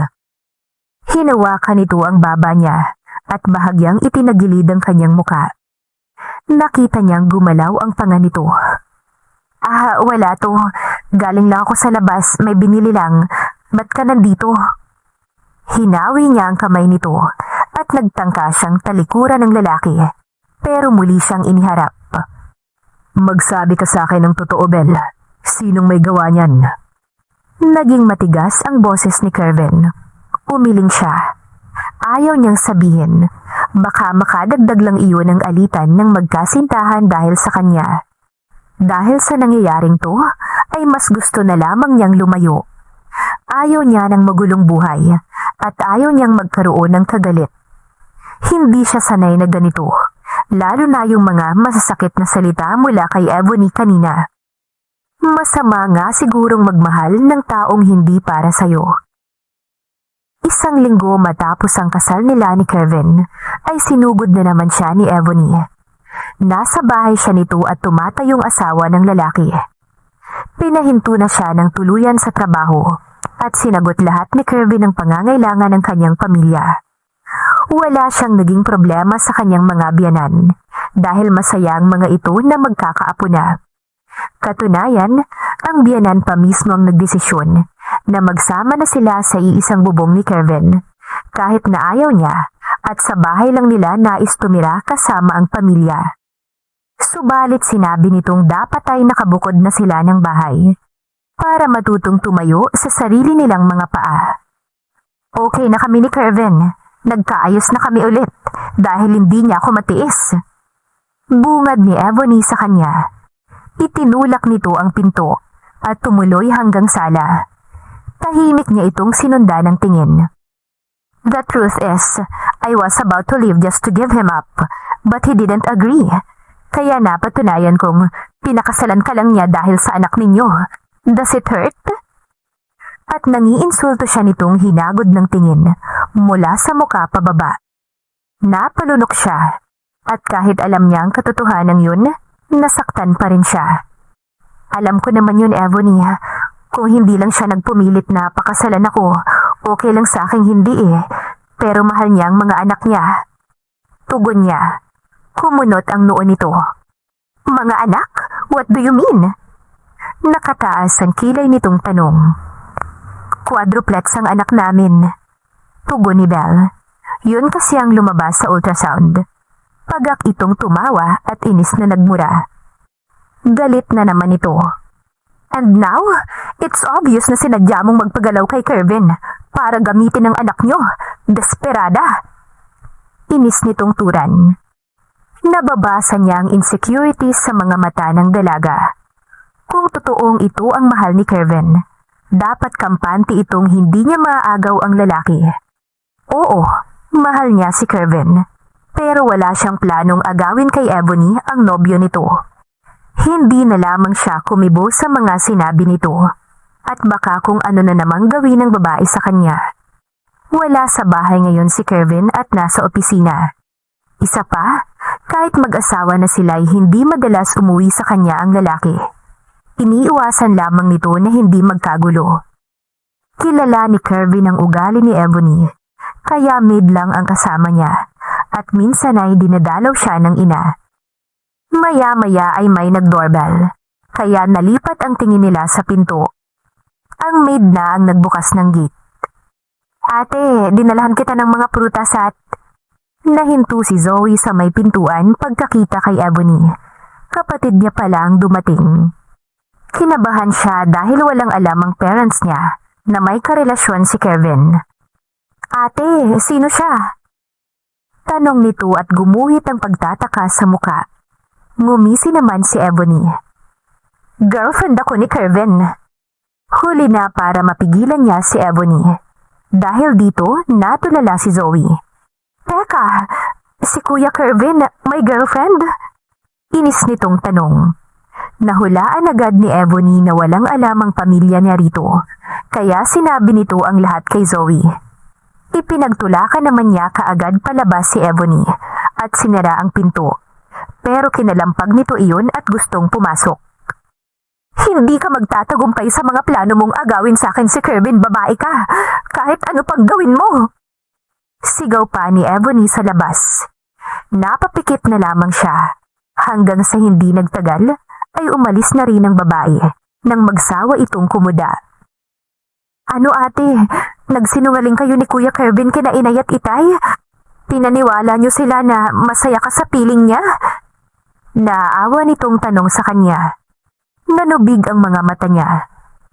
Zoe, huwag na sana itong makakarating kina Inay. Ayokong mag-alala sila. Please, ako na ang bahala. Pakiusap niya. Pero bakit mo hinayaang mangyari to? Naguguluhang tanong ng kapatid niya. Matagal siya bago nito tinignan na hindi makapaniwala. Dahil mahal ko si Kevin. Ani ang turan. Tumutulo ang kanyang mga luha. Naninikip ang kanyang dibdib at nasasaktan siya. Niyakap siya nito bigla. Ate, hindi mo deserve to. Minahal ka ni Kuya Jeko. Halos magpakamatay siya sa'yo pero mas pinili mo si Kuya Kevin na sinasaktan ka. Isipin mo naman yung sarili mo. Pinuno tayo ng pagmamahal ni na Inay at Itay, tapos namamalimos ka sa isang lalaking may iba ng mahal. Naiinis pero dama niya ang awa sa boses ni Zoe, kaya lalo siyang napaiyak. 2 oras na ang nakalipas simula nang umalis ang kapatid, pero tulala pa rin at nag-iisip si Belle. Hindi niya alam ang gagawin. Nahihirapan siyang magdesisyon, hanggang sa nakadama siya ng antok at hindi na malayang nakaidlip. Gabi na nang magising siya. Ang haba pala ng tulog niya. Madali siyang bumangon at nagtungo sa banyo. Init na naman ang kanyang pakiramdam kaya naligo siya. Halos kalahating oras siya sa loob bago nagpa siyang lumabas. Matapos magbihis ay nagtungo siya sa komedor. Mabangong amoy ng pagkain ang sumalubong sa kanya mula sa kusina, kaya sinundan niya iyon. Hi, hindi na kita ginising. Masarap kasi ang tulog mo. I'm sure magugustuhan mo tong hinanda ko sa'yo. Si Kevin iyon, na matamis na nakangiti sa kanya. Nakapambahay lang at may suot na apron. Nablangko saglit si Belle, na hindi inaasahang makikita ang lalaki doon. Nakangiti namang nilapitan siya nito at hinawakan sa magkabilang balikat na inalalayang umupo sa harap ng mesa. Para kang nakakita ng multo. Sobrang gwapo ko ba para matulala ka? Nagbibiro nitong saad na tumawa. Matapos siyang paupuinay, ipinaghain na siya ng lalaki. Habang pinaglalagyan siya nito ng plato, ay titig na titig siya sa lalaki. Bakit ganito? Kahit anong pilit niyang isipin na hindi para sa kanya si Kevin, nasisiyahan pa rin siya sa konting oras na naibibigay nito sa kanya. Sa kahit kaunting atensyon ng lalaki ay sapat na. Handa siyang magtiis para masaktan sa lalaki. Kung katangahan ang ginagawa niya, ay wala na siyang pakialam pa. Makita lang niya si Kevin, sobrang sapat na para sa kanya. Matapos nilang kumain, inaasahan niya nang aalis si Kevin upang umuwi pero nagtuloy ito sa banyo at naligo. Tahimik naman siyang kumuha ng isusuot nitong pantulog. Nang patayin ni Kevin ang shower, inisip niyang lumabas para makapagbihis ito na wala siya. Pero bumukas ang pinto at tulala siyang napatingin sa asawa. Nanuyo ang kanyang lalamunan habang naglalakbay ang kanyang paningin pababa sa basang katawan nito. Pinanood niya ito habang nagpupunas ng basang buhok at mabagal na humahakbang palapit sa cabinet. Kevin, ipinaghanda kita ng masusuot. Untag niya. Pumihit ito paharap sa kanya bago ngumiti. Salamat. Gusto mo ba akong panooring magbihis? Pilyong tanong nito. Hindi palabas na nga rin ako Hinintay lang talaga kita. Sige, magbihis ka na. Taranta niyang saad na nakadama ng hiya at lumabas na ng kwarto. Napasandal pa siya sa pinto ng maisara iyon. Nawala na naman siya sa sarili sa tuwing makakaharap ang lalaki. Maya-maya'y lumabas ito ng kwarto na may kausap sa cellphone. Dinig niyang tila hirap itong magpaliwanag, kaya nahulaan niyang si Ebony ang kausap nito sa kabilang linya. Nahiga na lamang siya kahit na hindi pa siya inaantok at pinagkasya ang sarili na dalawin ng social media account. May messages siya mula kay Jeko na nangangamusta. Wala sana siyang balak mag-reply, kaso online ang lalaki at mabilis na nagpadala ng mensahe. Congrats, ikinasal ka na pala. By the way, may pupuntahan ako bukas sa Maynila. Pwede ba kitang pasyalan? Chat nito. Bakit? Tipid niyang tanong. Huwag kang mag-alala, suko na ako. Basta, masaya ka, masaya na rin ako. Bukas dadaanan kita. Lumabas naman tayo. Wika pa nito sa chat. Sige. Nasabi na lamang niya. Pagkatapos ay itinabi na niya ang kanyang cellphone. Saktong pumasok si Kevin. Belle, pasensya ka na ha. Si Ebony tumawag at gustong magpasama. Okay lang ba kung mag-isa ka muna ngayong gabi? Tanong nito. Tumango siyang may ngiti sa labi kahit naninibugho. Asawa siya, pero walang karapatan na pigilan si Kevin na makipagkita sa babae nito. Matapos magpasalamat sa kanya, ay umalis na ang lalaki. Napapakagat labi siya habang sinusundan nito ng tingin. Naninikip na naman ang kanyang dibdib at kinakain siya ng lungkot. Pinilit niyang matulog na lang. Dahil alam niyang hindi ito babalik at baka sa mansyon matulog ang lalaki. Kinabukasan katulad ng pangako ni Jeko ay dumating ito pasado 11:00 ng tanghali. Bago ito dumating ay tinawagan pa siya nito na dapat ay ready na siya. Nararamdaman kong hindi ka masaya sa buhay na pinili mo, pero wala akong karapatang questionin ka. Sabi ni Jeko habang kumakain sila ng lunch. Nandirito sila sa mall at namamasyal, kaya sinamantala na rin niyang bumili ng mga nagustuhan para sa kanyang mga anak. Masaya ako, Jeko. Akala mo lang hindi. Pilit ang kanyang mga ngiti. Nagkibit balikat ito. Kaya mong lokohin ang sarili mo, pero hindi ang ibang tao. Nababasa ko ang lungkot dyan sa mga mata mo. Sabi pa nito. Tumango siya. Nagmamahal lang ako, Jeko. Parang ikaw, nagmahal ng taong hindi ka kayang mahalin. Pakahulugan niyang saad. Kaya nga bumitaw ako at piniling ibaling sa ibang damdamin ko para sa taong kayang ibalik ang pagmamahal ko. Kaya ikaw, Belle, sana kaya mo rin. Nginitian siya nito at ginagapang palad niya. Dama niya ang init ng concern ni Jeko bilang kaibigan sa kanya. Isa sa mga nagustuhan niya kay Jeko noon pa man, hindi mapagkunwari. Hindi nagtatago ng damdamin. Sana nga ay ganon kadali, i-give up si Kervin. Masyado kang seryoso, Jeko. Mabuti pa kumain na tayo. Pagkagaling dito, gusto kong dalawin sina inay. Pag-iiba niya ng usapan. Binitiwan nito ang palad niya at nagsimula na ring kumain. Tamang-tama, mag-take out tayo bago umuwi. Isa pa, miss ko na rin sila Itay Tony. Masayang saad nito. Palihim niyang tinitigan ng lalaki. Mukhang masaya nga ito sa bagong nagugustuhan. Sana nga ay mahanap na ni Jeko sa babaeng to ang kaligayahang nais ng binata. Mabait ito at kilala na niya at wala siyang masabi. Pagkagaling nga nila sa mall ay tumuloy sila sa bahay at tuwang-tuwa ang kanyang ina pagkakita sa lalaking kasama. Mainit pa rin ang pagtanggap ng magulang kay Jeko katulad ng dati. Anak, pwede bang dito ka na magpalipas ng gabi? Tawagan mo na lang si Kervin. Pakiusap ng kanyang ina. Oo nga naman ate, miss ka na namin. Singit ng kanyang kapatid. Ang ama naman ay abalang makipag-usap kay Jeko. Pinaunlakan naman kaagad ni Belle ang paanyaya ng ina. Tinawagan at nagchat na lamang siya sa asawa. Samantala, pagdating ni Kervin sa bahay ng hapong yun, ay katahimikan ang bumungad sa kanya. Ipinatong niya ang dalang bulaklak sa ibabaw ng maliit na mesa. Belle! Habang naguhubad ng sapatos ay tawag niya rito. Ngunit maid ang lumapit sa kanya sa halip ng kanyang asawa. Sir, umalis po si Ma'am Belle kaninang umaga. May lalaking sumundo sa kanya. Akala ko nga po kayo. Alanganing saad nito. Lalaki? Napakunot ang noo niya.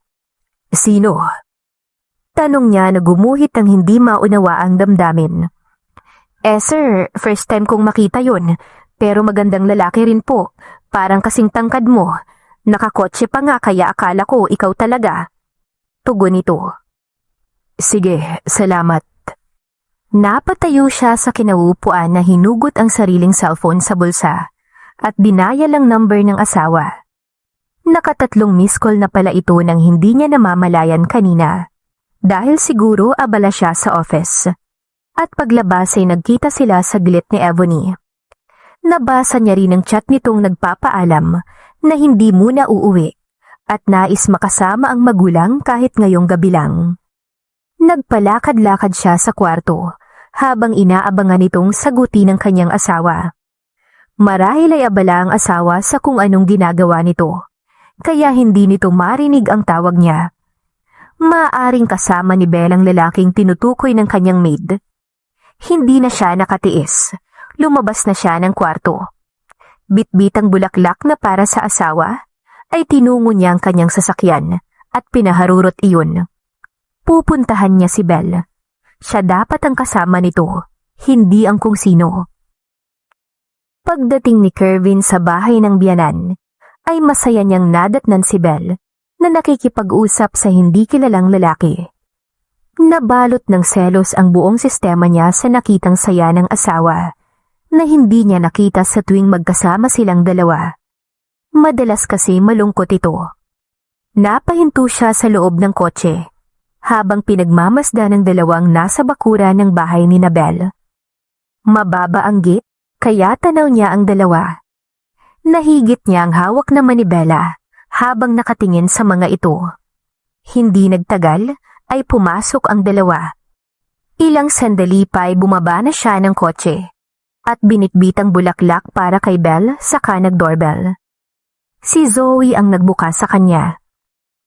Hi, si Belle. Bungad niyang tanong kahit alam na niyang nasa loob ito. Nakita niyang pagkadisgusto sa mga mata ng kapatid ng kanyang asawa. Kuya, pwede ba tayong mag-usap yung tayo lang bago ka pumasok? Sa halip na patuloyin siya nito sa loob, ay lumabas ito at isinara ang gate. Nagtataka naman siyang tinignan nito sa seryosong reaksyon ni Zoe. Alam ko na ang lahat. Naabutan ko ang babae mong sinugod si ate sa bahay niyo. At alang-alang kay ate, hindi ko sinabi kina inay at itay. Malaki rin ang respeto ko sa'yo bilang mahal na mahal ka ng ate ko. Makikiusap lang sa anak ko. Kung hindi mo siya makuhang mahalin, palayain mo siya. Hindi niya deserve masaktan. Maluhaluhang saad nito sa malungkot na boses. Nakita niya rin ang pamumuo ng mga luha sa mga mata nito. Mahal siya ni Belle. Bakit ba ang tanga niya? Ni hindi niya yun naramdaman. Inakala niyang okay lang ang lahat sa dalaga. Pero nasasaktan niya pala ito nang hindi niya alam. I'm sorry, Zoe. Hindi ko alam. Aniya. Ngayong alam mo na, sana mamili ka sa dalawa. Si ate o si Ebony. Kung si ate ang pipiliin mo at ang anak niyo, hiwalayan mo si Ebony. Kundi ipapaalam ko kina inay at titay ang tungkol dito para ilayo sa'yo ang ate ko. Yun lang naman, Kuya Kervin. Seryoso ito. At pagkasabi nun ay binuksan na nito ang gate at pinapasok siya. Para siyang binuhusan ng malamig na tubig. Ate, may bisita ka. Sinusundo ka ni Kuya Kervin. Nakangiting lumapit si Zoe kay Belle na tila ba walang nangyari. Napalinga naman si Belle at hinanap ng mga mata ang asawa. Nakita niya itong nakatayo sa may pintuan at alanganing nakatingin sa kanya. Oh, Kervin, halika, pumasok ka. Agad itong nilapitan ng kanyang ina. Ipinakilala na rin si Jeko na nakipagkamay pa sa asawa. Total, nandito ka rin lang ay dito na kayo magpalipas ng gabi. Inanyayahan ko kasi itong si Belle. Okay lang ba, Kervin? Tanong ng ina ng kanyang asawa. Ngumiti ito at tumabi sa kanya. Wala pong problema. Dito na po kami matutulog. Tugon naman ni Kervin. Salamat naman. Si Jeko naman ay tumayo na. Magpapaalam na ho ko tito o tita. Baka ma-traffic pa uwi. Babalik na lang po ako next time. Binalingan ito si Kervin na nakaupo. Kervin, ingatan mo tong kaibigan ko ha. Huwag mong sasaktan. Parang batang inihabili nito si Belle at tinapik sa balikat ang asawa niya. Bye, Belle. Sabi pa nito sa kanya. Salamat, Jeko. Mag-iingat ka.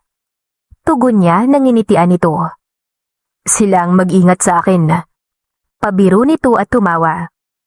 Inihati dito ng kapatid niyang si Zoe at naglulukuhan pa ang dalawa habang palabas ng bahay. Nakahinga naman ng maluwag si Kervin nang umalis na ang lalaki at napag-alaman niyang kaibigan lamang ito ni Belle. Ang hindi niya makalimutan ang sinabi ni Zoe na mahal siya ni Belle. Tila ba kay sarap niyon sa kanyang pakiramdam at siguro nga'y kailangan niya nang hiwalayan si Ebony. Dahil tama ang nobya, hindi niya magagawang angkinin si Belle kung wala siyang nararamdaman para dito. Hindi mawala sa kanyang isipan ang ipinangakong pakakasalan nito pagdating ng araw. Pero maaaring hindi iyon ang rason, kundi sadyang nakaukit na si Belle sa puso niya. Kung bakit pa hinayaan niya itong masaktan, pero hindi pa huli ang lahat. Maaaring awa na lang ang nararamdaman niya kay Ebony dahil umaasa ito sa kanya. Bakit ka nandito, Kervin? Tanong ni Belle sa asawa na nag-aalala matapos silang maghapunan at heto, nasa kwarto na silang dalawa. Inaalala niya si Ebony. Tiyak na hahanapin ito ng babae. Dahil asawa mo ko. Walang anumang tugon ito. Pero Kervin, natatakot ka bang makasama ako sa iisang silid at maulit ang nangyari sa atin? Pilyong tanong nito at ngumiti sa kanya. Napaatras siya nang lumapit ito sa kanya. May naglalarong ngiti sa mga labi. Hindi kaya sinapian si Kervin? Hindi mo magagawa yun. Namimilog ang mga mata ni Belle nang wala na siyang maatrasan, lalo na't maliit lang naman ang kwarto niya. Bakit hindi, Belle? Asawa na kita. Itinukod nito ang dalawang braso sa kanyang tagiliran at idinikit ng bahagya ang katawan sa kanya. Anong ginagawa nito? Napatitig siya sa mga mata ng lalaki nang haplusin nito ang kabilang pisngi niya. Pero iniiwas niya ang muka at bahagya itong tinulak. Pero nagulat siya sa ginawa nito. Niyakap lang naman siya ng lalaki. Bella, I'm sorry kung nasaktan kita. Pangako, simula sa araw na to, hindi na kita sasaktan. Patawarin mo ko, Bella. Maramdamin itong saad habang yakap siya. Hindi man alam ni Belle kung anong nangyayari kay Kervin sa pagkakataong yun, ay may kung anong tuwa siyang naramdaman. Nangilid ang kanyang mga luha sa sinabi nito, at napayakap na rin sa kanyang asawa. Matagal sila sa ganoong ayos, bago kumawala at nagtatakang tinitigan nito. Wala kang dapat ipag-alala sa akin, Kervin. Kung tungkol sa inyo ni Ebony ang tinutukoy mo, ayos lang. Una pa man, nauunawaan ko na. Pahayag niya. Makikipaghiwalay na ako kay Ebony. Ayokong mawala kayo sa akin ng mga anak ko, Belle. Tugon nito. Mas lalo tuloy siyang naguluhan sa lalaki. Tila ba may nagbabadyang hindi magandang mangyayari sa gagawin ng kanyang asawa. Tsak na hindi papayag si Ebony. Baka lalong magkagulo at suguri na naman siya nito. Ginagawa mo ba to dahil sa mga anak natin? Naguguluhan niyang tanong kay Kervin habang nanunubig sa luha ang kanyang mga mata. Nanatili naman itong nakatitig sa kanya. Ginagawa ko to dahil narealize ko na ikaw ang mahal ko, Belle, at hindi si Ebony. I promised you before that I would marry you, and I never expect that you were the woman destined for me. At huli ko nang narealize na mahal pala kita. Pag-aami ni Kervin. Mahal din kita, Kervin, pero dahil may mahal ka ng iba, tinanggap ko yun kahit masakit, pero ngayon... Napapahikbi na si Belle, kaya hindi na niya matuloy ang sasabihin at nagpahid na ng luha. Pinatahan naman siya ni Kervin at baka daw isipin ng kanyang mga magulang na may ginagawa itong masama sa kanya. Iginiya siya sa higaan at inupo bago siya niyakap, na para bang ayaw na siyang mahiwalay pa. Sa gabing iyon ay natapos ang paghihirap ng kanyang kalooban dahil sa pag-amin ni Kervin nang nararamdaman ito para sa kanya. Walang kasing sayang isipin na mahal din siya ng taong kay tagal niyang minahal at iningatan sa puso niya. 20 years after nitong sinabing pakakasalan siya pagdating ng araw, ay natupad iyon kahit na sa ibang paraan. Wala nang mas mahalaga sa kanya ngayon, kundi ang pareho nilang nararamdaman ng asawa. Kahit na alam niyang masasaktan si Ebony, na sobrang minahal din ito si Kervin, katulad niya, at umasa ng magandang wakas ng dalawa. Paano kung hindi pumayag si Ebony sa pakikipaghiwalay mo? Tanong niya kinabukasan sa asawa habang pauwi na sila. Sakay siya ng kotse nito. Maaga silang umalis dahil may pasok si Kervin sa office. At pinayagan naman sila ng magulang matapos sabihing dalasan nilang umuwi rito. Ginagap ni Kervin ang palad niya. I need to break up with her, kahit na hindi siya pumayag. Wika nitong ngumiti. Hindi siya napanatag sa sagot nito, pero nagpatinaod na lamang siya sa mainit nitong palad. Pagdating sa bahay ay agad sumalubong ang kanilang maid. Ma'am, sir, nasa loob po si Ebony at kanina pa kayo hinihintay. Nagkatinginan silang mag-asawa habang inaalalayan siya nitong bumaba ng sasakyan. Nasa veranda si Ebony at masama ang tingin sa kanya habang papasok sila sa loob ng bahay. Kanina pa ako naghihintay, mabutit dumating ka na, Kervin. Walang anumang lumapit ang babae sa asawa niya at nangakmang hahalik sa lalaki ay pinigilan nito ni Kervin. Mabuti at nandito ka, Ebony. May gusto rin naman akong sabihin sa'yo. Matapos ilayo sa lalaki si Ebony, ay hinawakan nito ang palad niya. I'm sorry, Ebony, pero maghiwalay na tayo. Mahal ko si Belle at mas matimbang siya sa puso ko. Natulala ang babae matapos marinig iyon. Habang siya ay kinakabahan. Hindi mo pwedeng gawin to sa akin, Kervin. It is just like that after everything. Inunawa kita kahit nagpakasal ka sa iba. Ano pa bang kulang? Matapos ang matagal nitong pananahimik, ay halos magbuga ito ng apoy sa matinding galit. Kaya nga pinuputol ko na ang lahat sa atin dahil ayoko nang umasa ka pa. Ebony, tanggapin mo na lang. Magkakaanak na kami ni Belle. Kasal kami at mahal ko na siya. Hirap na paliwanag ni Kervin sa umiiyak na babae. No! Hysterical nitong sagot at nanlisik ang mga mata. Sa galit ay agad dinaluhong si Belle at sinabunutan. Mabilis na umawat si Kervin sa matinding pag-aalala para sa asawa. Tila ba nawala sa sarili si Ebony at mahigpit nitong hinawakan sa buhok si Belle na hindi makapanlaban sa dalaga. Ilang beses siya nitong binalya hanggang sa napaupo siya sa semento nang mawala ng panimbang. Nang magtangka itong susugurin siyang muli ni Ebony, ay mahigpit na itong hawak ni Kervin. Ebony, tama na. Umalis ka na. Nakapagdesisyon na ako. Si Belle ang pipiliin ko. Pagtataboy ni Kervin sa babae at pilit hinahatak palabas ng pinto. Ngunit desperada itong makawala sa mga kamay ng lalaki at nais na sugurin muli si Belle. Naguhumiyaw ito at ilang sampalang tumama sa mukha ni Kervin hanggang sa nailabas ito sa gate. Open this door, Kervin! I won't allow you to be happy with that bitch. I will make you suffer for deceiving me. I swear! Malakas na kalampag ng pinto ang sunod nitong ginawa habang sumisigaw. Pero hindi na niya iyon binigyan ng pansin dahil sumigaw ang maid nila. Sir, si Ma'am Belle! Dinudugo si Ma'am Belle! Tarantang sigaw ng kanilang maid, kaya napatakbo siyang lumapit dito. Namimilipit sa sakit ang asawa niya habang sapo ang tiyan. Kervin, ang baby natin, tulungan mo ko. Mahinang saad ni Belle habang nakangiwi. Inutusan niya si Merlita na buksan ang gate at agad isinakay ang asawa sa kotse upang isugod sa ospital. Pumasok pang muli ang nanggagalaiting si Ebony, pero hindi niya na iyon pinansin at mabilis na pinaharurot ang sinasakyang kotse patungong ospital. Pagdating ay wala nang malay ang asawa sa kanyang tabi at mas lalo pang lumakas ang pag-agos ng dugo mula sa asawa. Buhat-buhat niya ito papasok ng ospital habang sumisigaw ng tulong.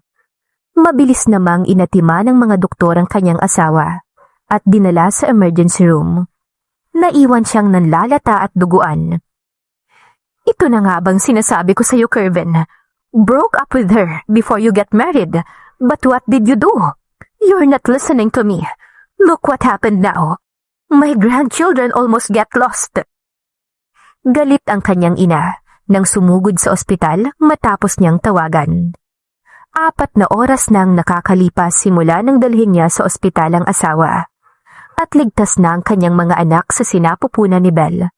Salamat naman dahil naagapan. Bihis na rin siya na nakaupo sa tabi ng walang malay na si Belle. Hawak niya ang palad nito at tinahaplos ang pisngi. I'm sorry, Mom. Nakatungo niyang saad. Aminado siya sa kanyang pagkakamali. Tama naman ang kanyang ina. You shouldn't be asking me for forgiveness, but for Belle's parents. You put your wife's life in danger. Alam mo ba yun? Sabi nitong humugot ng buntong hininga. Mabilis niyang tinignan ng ina. Mom, please, huwag mong sabihin to sa magulang ni Belle. Ayokong malayo siya sa akin. You better fix your relationship with Ebony first and put your wife in a place where she is safe. For the meantime, doon muna siya sa mansyon kung papayag siya. If not, pwede sa parents niya.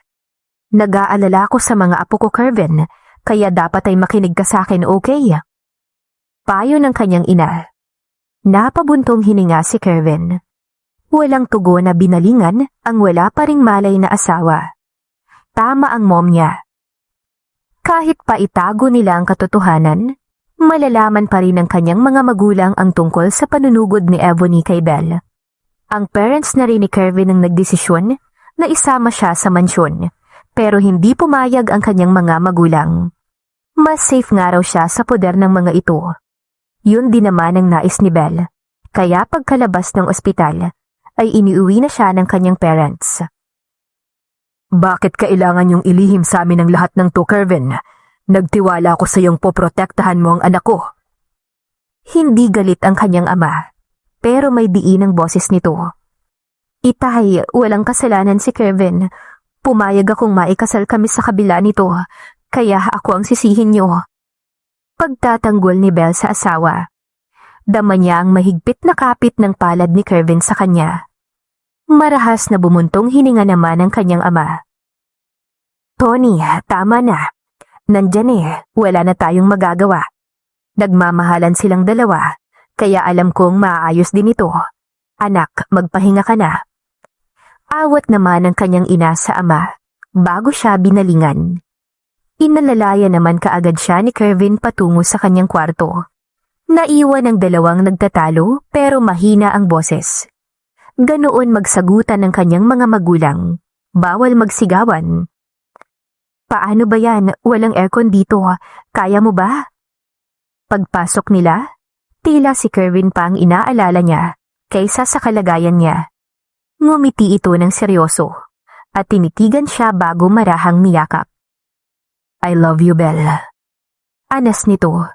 At nagulat siya sa sunod na ginawa ni Kervin. Bigla siya nitong siniil ng mariing halik sa labi.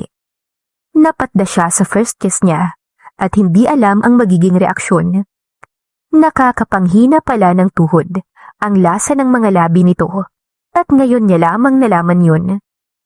Kalaunan ay buhat na siya ng asawa patungo sa kama nilang dalawa habang hindi pinaghihiwalay ang mga labi nila. Nagmistulang may sariling isip ang braso niya, na kusang pumulupot sa leeg nito. Simula ngayon, hindi ko nahahayaang makalapit pa sa'yo si Ebony. Alam kong hindi niya tayo titigilan, pero poprotektahan kita at ang mga anak natin. Masuyong saad ni Kervin, habang hinahaplos ang magkabilang pisngi niya, matapos siyang halikan. Maluha-luha siyang tumango, at mahigpit na yumakap sa asawa. Basta kasama niya si Kervin, handa siya sa anumang pagsubok na pagdaraanan nila. Sa paglipas ng bawat araw, hanggang sa nakapanganak siya, ay hindi na siya halos iniiwan ng asawa. Sumisilip ito saglit sa office, pero kasama siya. Dito napatunayan ni Belle kung gaano siya kamahal ng asawa. Ilang beses pa silang ginulo ni Ebony. Katunayan, sumugod pa ito sa bahay nila, saktong naroon ang kanyang asawa. Ni hindi ito nakalapit man lang kahit sa tarangkahan ng kanilang bahay. Pinagpiestahan ito ng mga kalalakihang tambay sa kanila, at pinag-agawang ito na lang ang sosyotain. Total naman ay single ang mga ito. Mamili na nga lang daw siya, dahil maraming tambay na naroon. Lalong nainis ang babae at nagbantang babalikan siya. Pero sinabi ng kanyang ama na hihintayin ito at hindi hahayaang makalapit muli sa kanya. Siguro'y sobrang blessed niya na sa pagkakaroon ng mapagmahal na magulang. Sa kabilang banday nauunawaan niya si Ebony kung bakit ito nagkakaganon dahil alam niyang nasaktan ito ng sobra. Nagmahalang naman ito kay Kervin at siya pa nga ang may kasalanan sa lahat. Pero nangyari na at hindi na mababago pa. Siguro'y sila talaga ang para sa isa't isa ni Kervin. Lumipas pa ang mga araw ay successful na nailuwal ni Belle ang 4 nitong anak. 1 linggong nanatili sa incubator at pagkatapos ay sa mansyon nila tumuloy dahil na rin masikip sa kanilang munting tahanan. Pero dahil maayos naman ang relasyon ng magulang at kanyang biyanan, ay kahit araw-araw pwedeng dumalaw ang mga ito sa malaking bahay para dalawin ang 4 na apo. Nagkakasiyahan ang lahat sa loob ng mansyon habang nasasakta na tinatanaw ni Ebony ang mga ito. Talagang kinalimutan na siya ni Kervin, ni wala na itong paramdam. Itinapon siya nito na parang basura matapos ang 1 taon nilang relasyon. Ipinagpalit siya sa babaeng kukulamang niya. Isang babae na mas mahirap pa sa daga. Gusto kong patayin mo ang mga batang yan. Mando ni Ebony sa lalaking kasama sa loob ng kotse. Gusto niyang makitang nasasaktan ng mag-asawa sa pagkawala ng mga anak nito. Sakit na idinulot ng dalawa sa kanya. Tingin ba ng mga ito ay ganun-ganun na lamang siya kadali mananahimik? Pwes, nagkakamali ang dalawa. Anak ang magbabayad ng kasalanan ng mga magulang sa kanya. Para mas masakit sa mga ito. Tinanggal ng matangkad na lalaki ang suot nitong shade at tumingin sa kanya. Mahal akong maningil, ma'am. Hindi basta-basta ang pinapagawa mo. Kaya kong magbayad kahit magkano. Basta patayin mo ang 4 na bata na yan. Naiintindihan mo?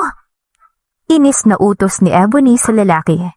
Hinagod siya nito ng tingin. Sige, walang problema. Pero bayad muna bago serbisyo. Tugon ng lalaki. That's bullshit. Paano kung itakbo mo ang pera? Inis na napairap si Ebony.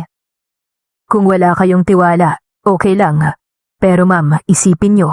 Alam ko ang sekreto nyo. Sabi pa ng lalaki. Napamura si Ebony sa lalaking kausap niya. Kung alam niya lang na mukha itong pera, sana'y kumuha na lamang siya ng ibang gagawa. Siguraduhin mo lang na hindi ka papalpak. Sige, bukas na bukas ay pumunta ka sa office ko at magbabayad ako. Sabay bunot ng card at iniabot sa lalaki. Naroon ang address at ng kanyang telepono. Kinuha naman kaagad iyon ng lalaki bago siya tinignan. Saka minanduha na paanda rin ng sasakyan. Walang kamalay-malay si Ebony na ang lalaking kasama niya ay si Jeko, na kaibigan ni Belle. Tiniktika na ito ni Jeko simula nang mapag-alaman niya na ang babaeng ito ang dahilan kung bakit halos makunan si Belle at hindi siya natutuwa rito. At ngayong napatunayan niyang may masama itong binabala kay Belle at sa mga anak nito, ay nagplano na rin siya kung paanong ilalayo si Ebony sa babaeng mahal niya. Pagsisisihan ito kung bakit nagawang saktan ni Ebony si Belle, mananagot ito sa kanya. Kinabukasan nga'y maagang nagtungo si Jeko sa opisina ng dalaga upang kunin ang perang ibabayad ni Ebony. Naroon na ito sa office na tila inaabangan siya. Napaira pa nang makita siya. Pirmado na yan, siguro naman masaya ka na. Halos ibato nito sa kanya ang tseke. Hindi niya yon pinansin, kahit na inaanyayahan siyang umupo ng dalaga. Hindi ako tumatanggap ng tseke, ma'am. Kasyang gusto ko. Saad ni Jeko. Iritable siya nitong tinignan na tila nauubos na ang pasensya sa kanya. Pero nakipagtigasan si Jeko ng titig sa dalaga. Okay, sumama ka sa akin sa bangko. Alam mo, nauubos na ang pasensya ko sa'yo. Tumayo ito at inayos ang ibabaw ng mesa. Nagbilin sa sekretarya bago sila umalis upang mag-cash out ito sa bangko. Ipinag-drive pa niya ang babae sa paroroonan nito. Kasado na ang plano ni Jeko. Ilalayo niya si Ebony at dadalhin sa probinsya at ang pera mismo nito ang gagamitin nila. Hindi niya pakakawala ng dalaga hanggat hindi nito nakakalimutan ang galit para sa mag-asawang Kervin at Belle. Paglabas nito ng bangko, bit-bit ni Ebony ang pera na nilagay nito sa harapan niya. Baka gusto mo pang bilangin. Mainit ang ulo nito. Talagang kahapon pa siya pinagtsatsagaan ng lalaki. Hindi na. Kinuha niya ang pera, saka dinala sa compartment ng kotse nito. Excuse me, huwag mong sabihin gagamitin mo ang kotse ko. Nag-iisip ka ba? Mag-commute ka. Inilahad nito ang kamay para kunin ang susi. Pero sa halip na ibigay ang hinihingi nito, ay naglabas siya ng spray na may pampatulog at inispray sa dalaga. Nang malanghapi yun, ay lumungay-ngay sa kanya ang katawan nito. Siya naman ay binuhat ang dalaga papasok sa kotse. At ngayon, malaya niya itong mailalayo kina Belle at Kervin. Samantala si Belle at Kervin ay naging tahimik na ang kanilang pagsasama. Simula nang makapanganak si Belle, ay hindi na siya muling sinugod pa ni Ebony. Maaring napagod na ito sa kakahabol sa asawa niya. Dahil hindi na ito binigyan pa ng pansin ni Kervin. Siguro'y napagtanto ng babae na wala itong mapapala, kundi ay humanap na lamang ito ng ibang lalaki na pwedeng mahalin ito. Yung malaya na katulad ni Ebony at nababagay sa babae. ni wala na nga silang balita rito. Lumipas pa ang 1 taon at ngayon ay ginaganap na ang masayang kaarawan ng kanilang 4 na anak sa mansyon ng mga Fontabella. Naroon ang buo niyang pamilya at kasama ni Zoe ang kasintahan nitong nakilala niya sa pangalang Bernard. At sa loob ng 1 taon ay naging masayang-masaya silang mag-asawa na hindi dumaan sa mabigat na pagsubok katulad ng dati. Pero mangyari man yun, katulad nga ng ipinangako niya, ay handa siyang harapin ang pagsubok na yun. Basta kasama niya lang ang asawa, alam niyang malalagpasan nila iyon. Matapos ang masayang party, ay umabot ng halos 12 oras, ay nagkasiyahan pa sa labas kahit 10:00 na. Natira na lang halos ang magulang at ang kanyang biyanan. Kasundong-kasundo niya rin naman ang kapatid ni Kervin, na naging kasundo din ng kanyang kapatid. Katunayan, magkasundo ang dalawa sa mga prank. Si Bernard na kasintahan ni Zoe ay kaibigan din ng kapatid ni Kervin, kaya nagkakilala ang dalawa dahil na rin dito. Matapos patulugin ng mga anak, ay nagpahinga na rin siya sa kwarto nilang mag-asawa. Siguro naman pwede na tayong bumalik sa bahay. 1 taon nang nakakalipas at hindi na nagparamdam si Ebony. Pagpasok niya ng silid, ay wika niya sa asawa. Kinuha niya ang towel at pumasok sa banyo na hindi pa sinasagot ni Kervin ang sinabi niya. Komportable naman siya sa bahay ng biyanan, ngunit namimiss niya ang bahay nilang mag-asawa. Pagbukas niya ng banyo, ay pumalit naman ang asawa niya. Siguro'y nag-aalala pa rin ito na magpahanggang ngayon ay baka guluhin silang muli ni Ebony.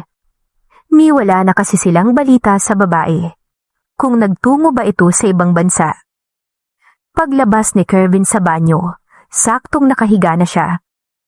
Pinanood niya ito habang nagbibihis at pagkatapos ay tumabi sa kanya. Bukas, magpapaalam tayo kina Dad at Mom.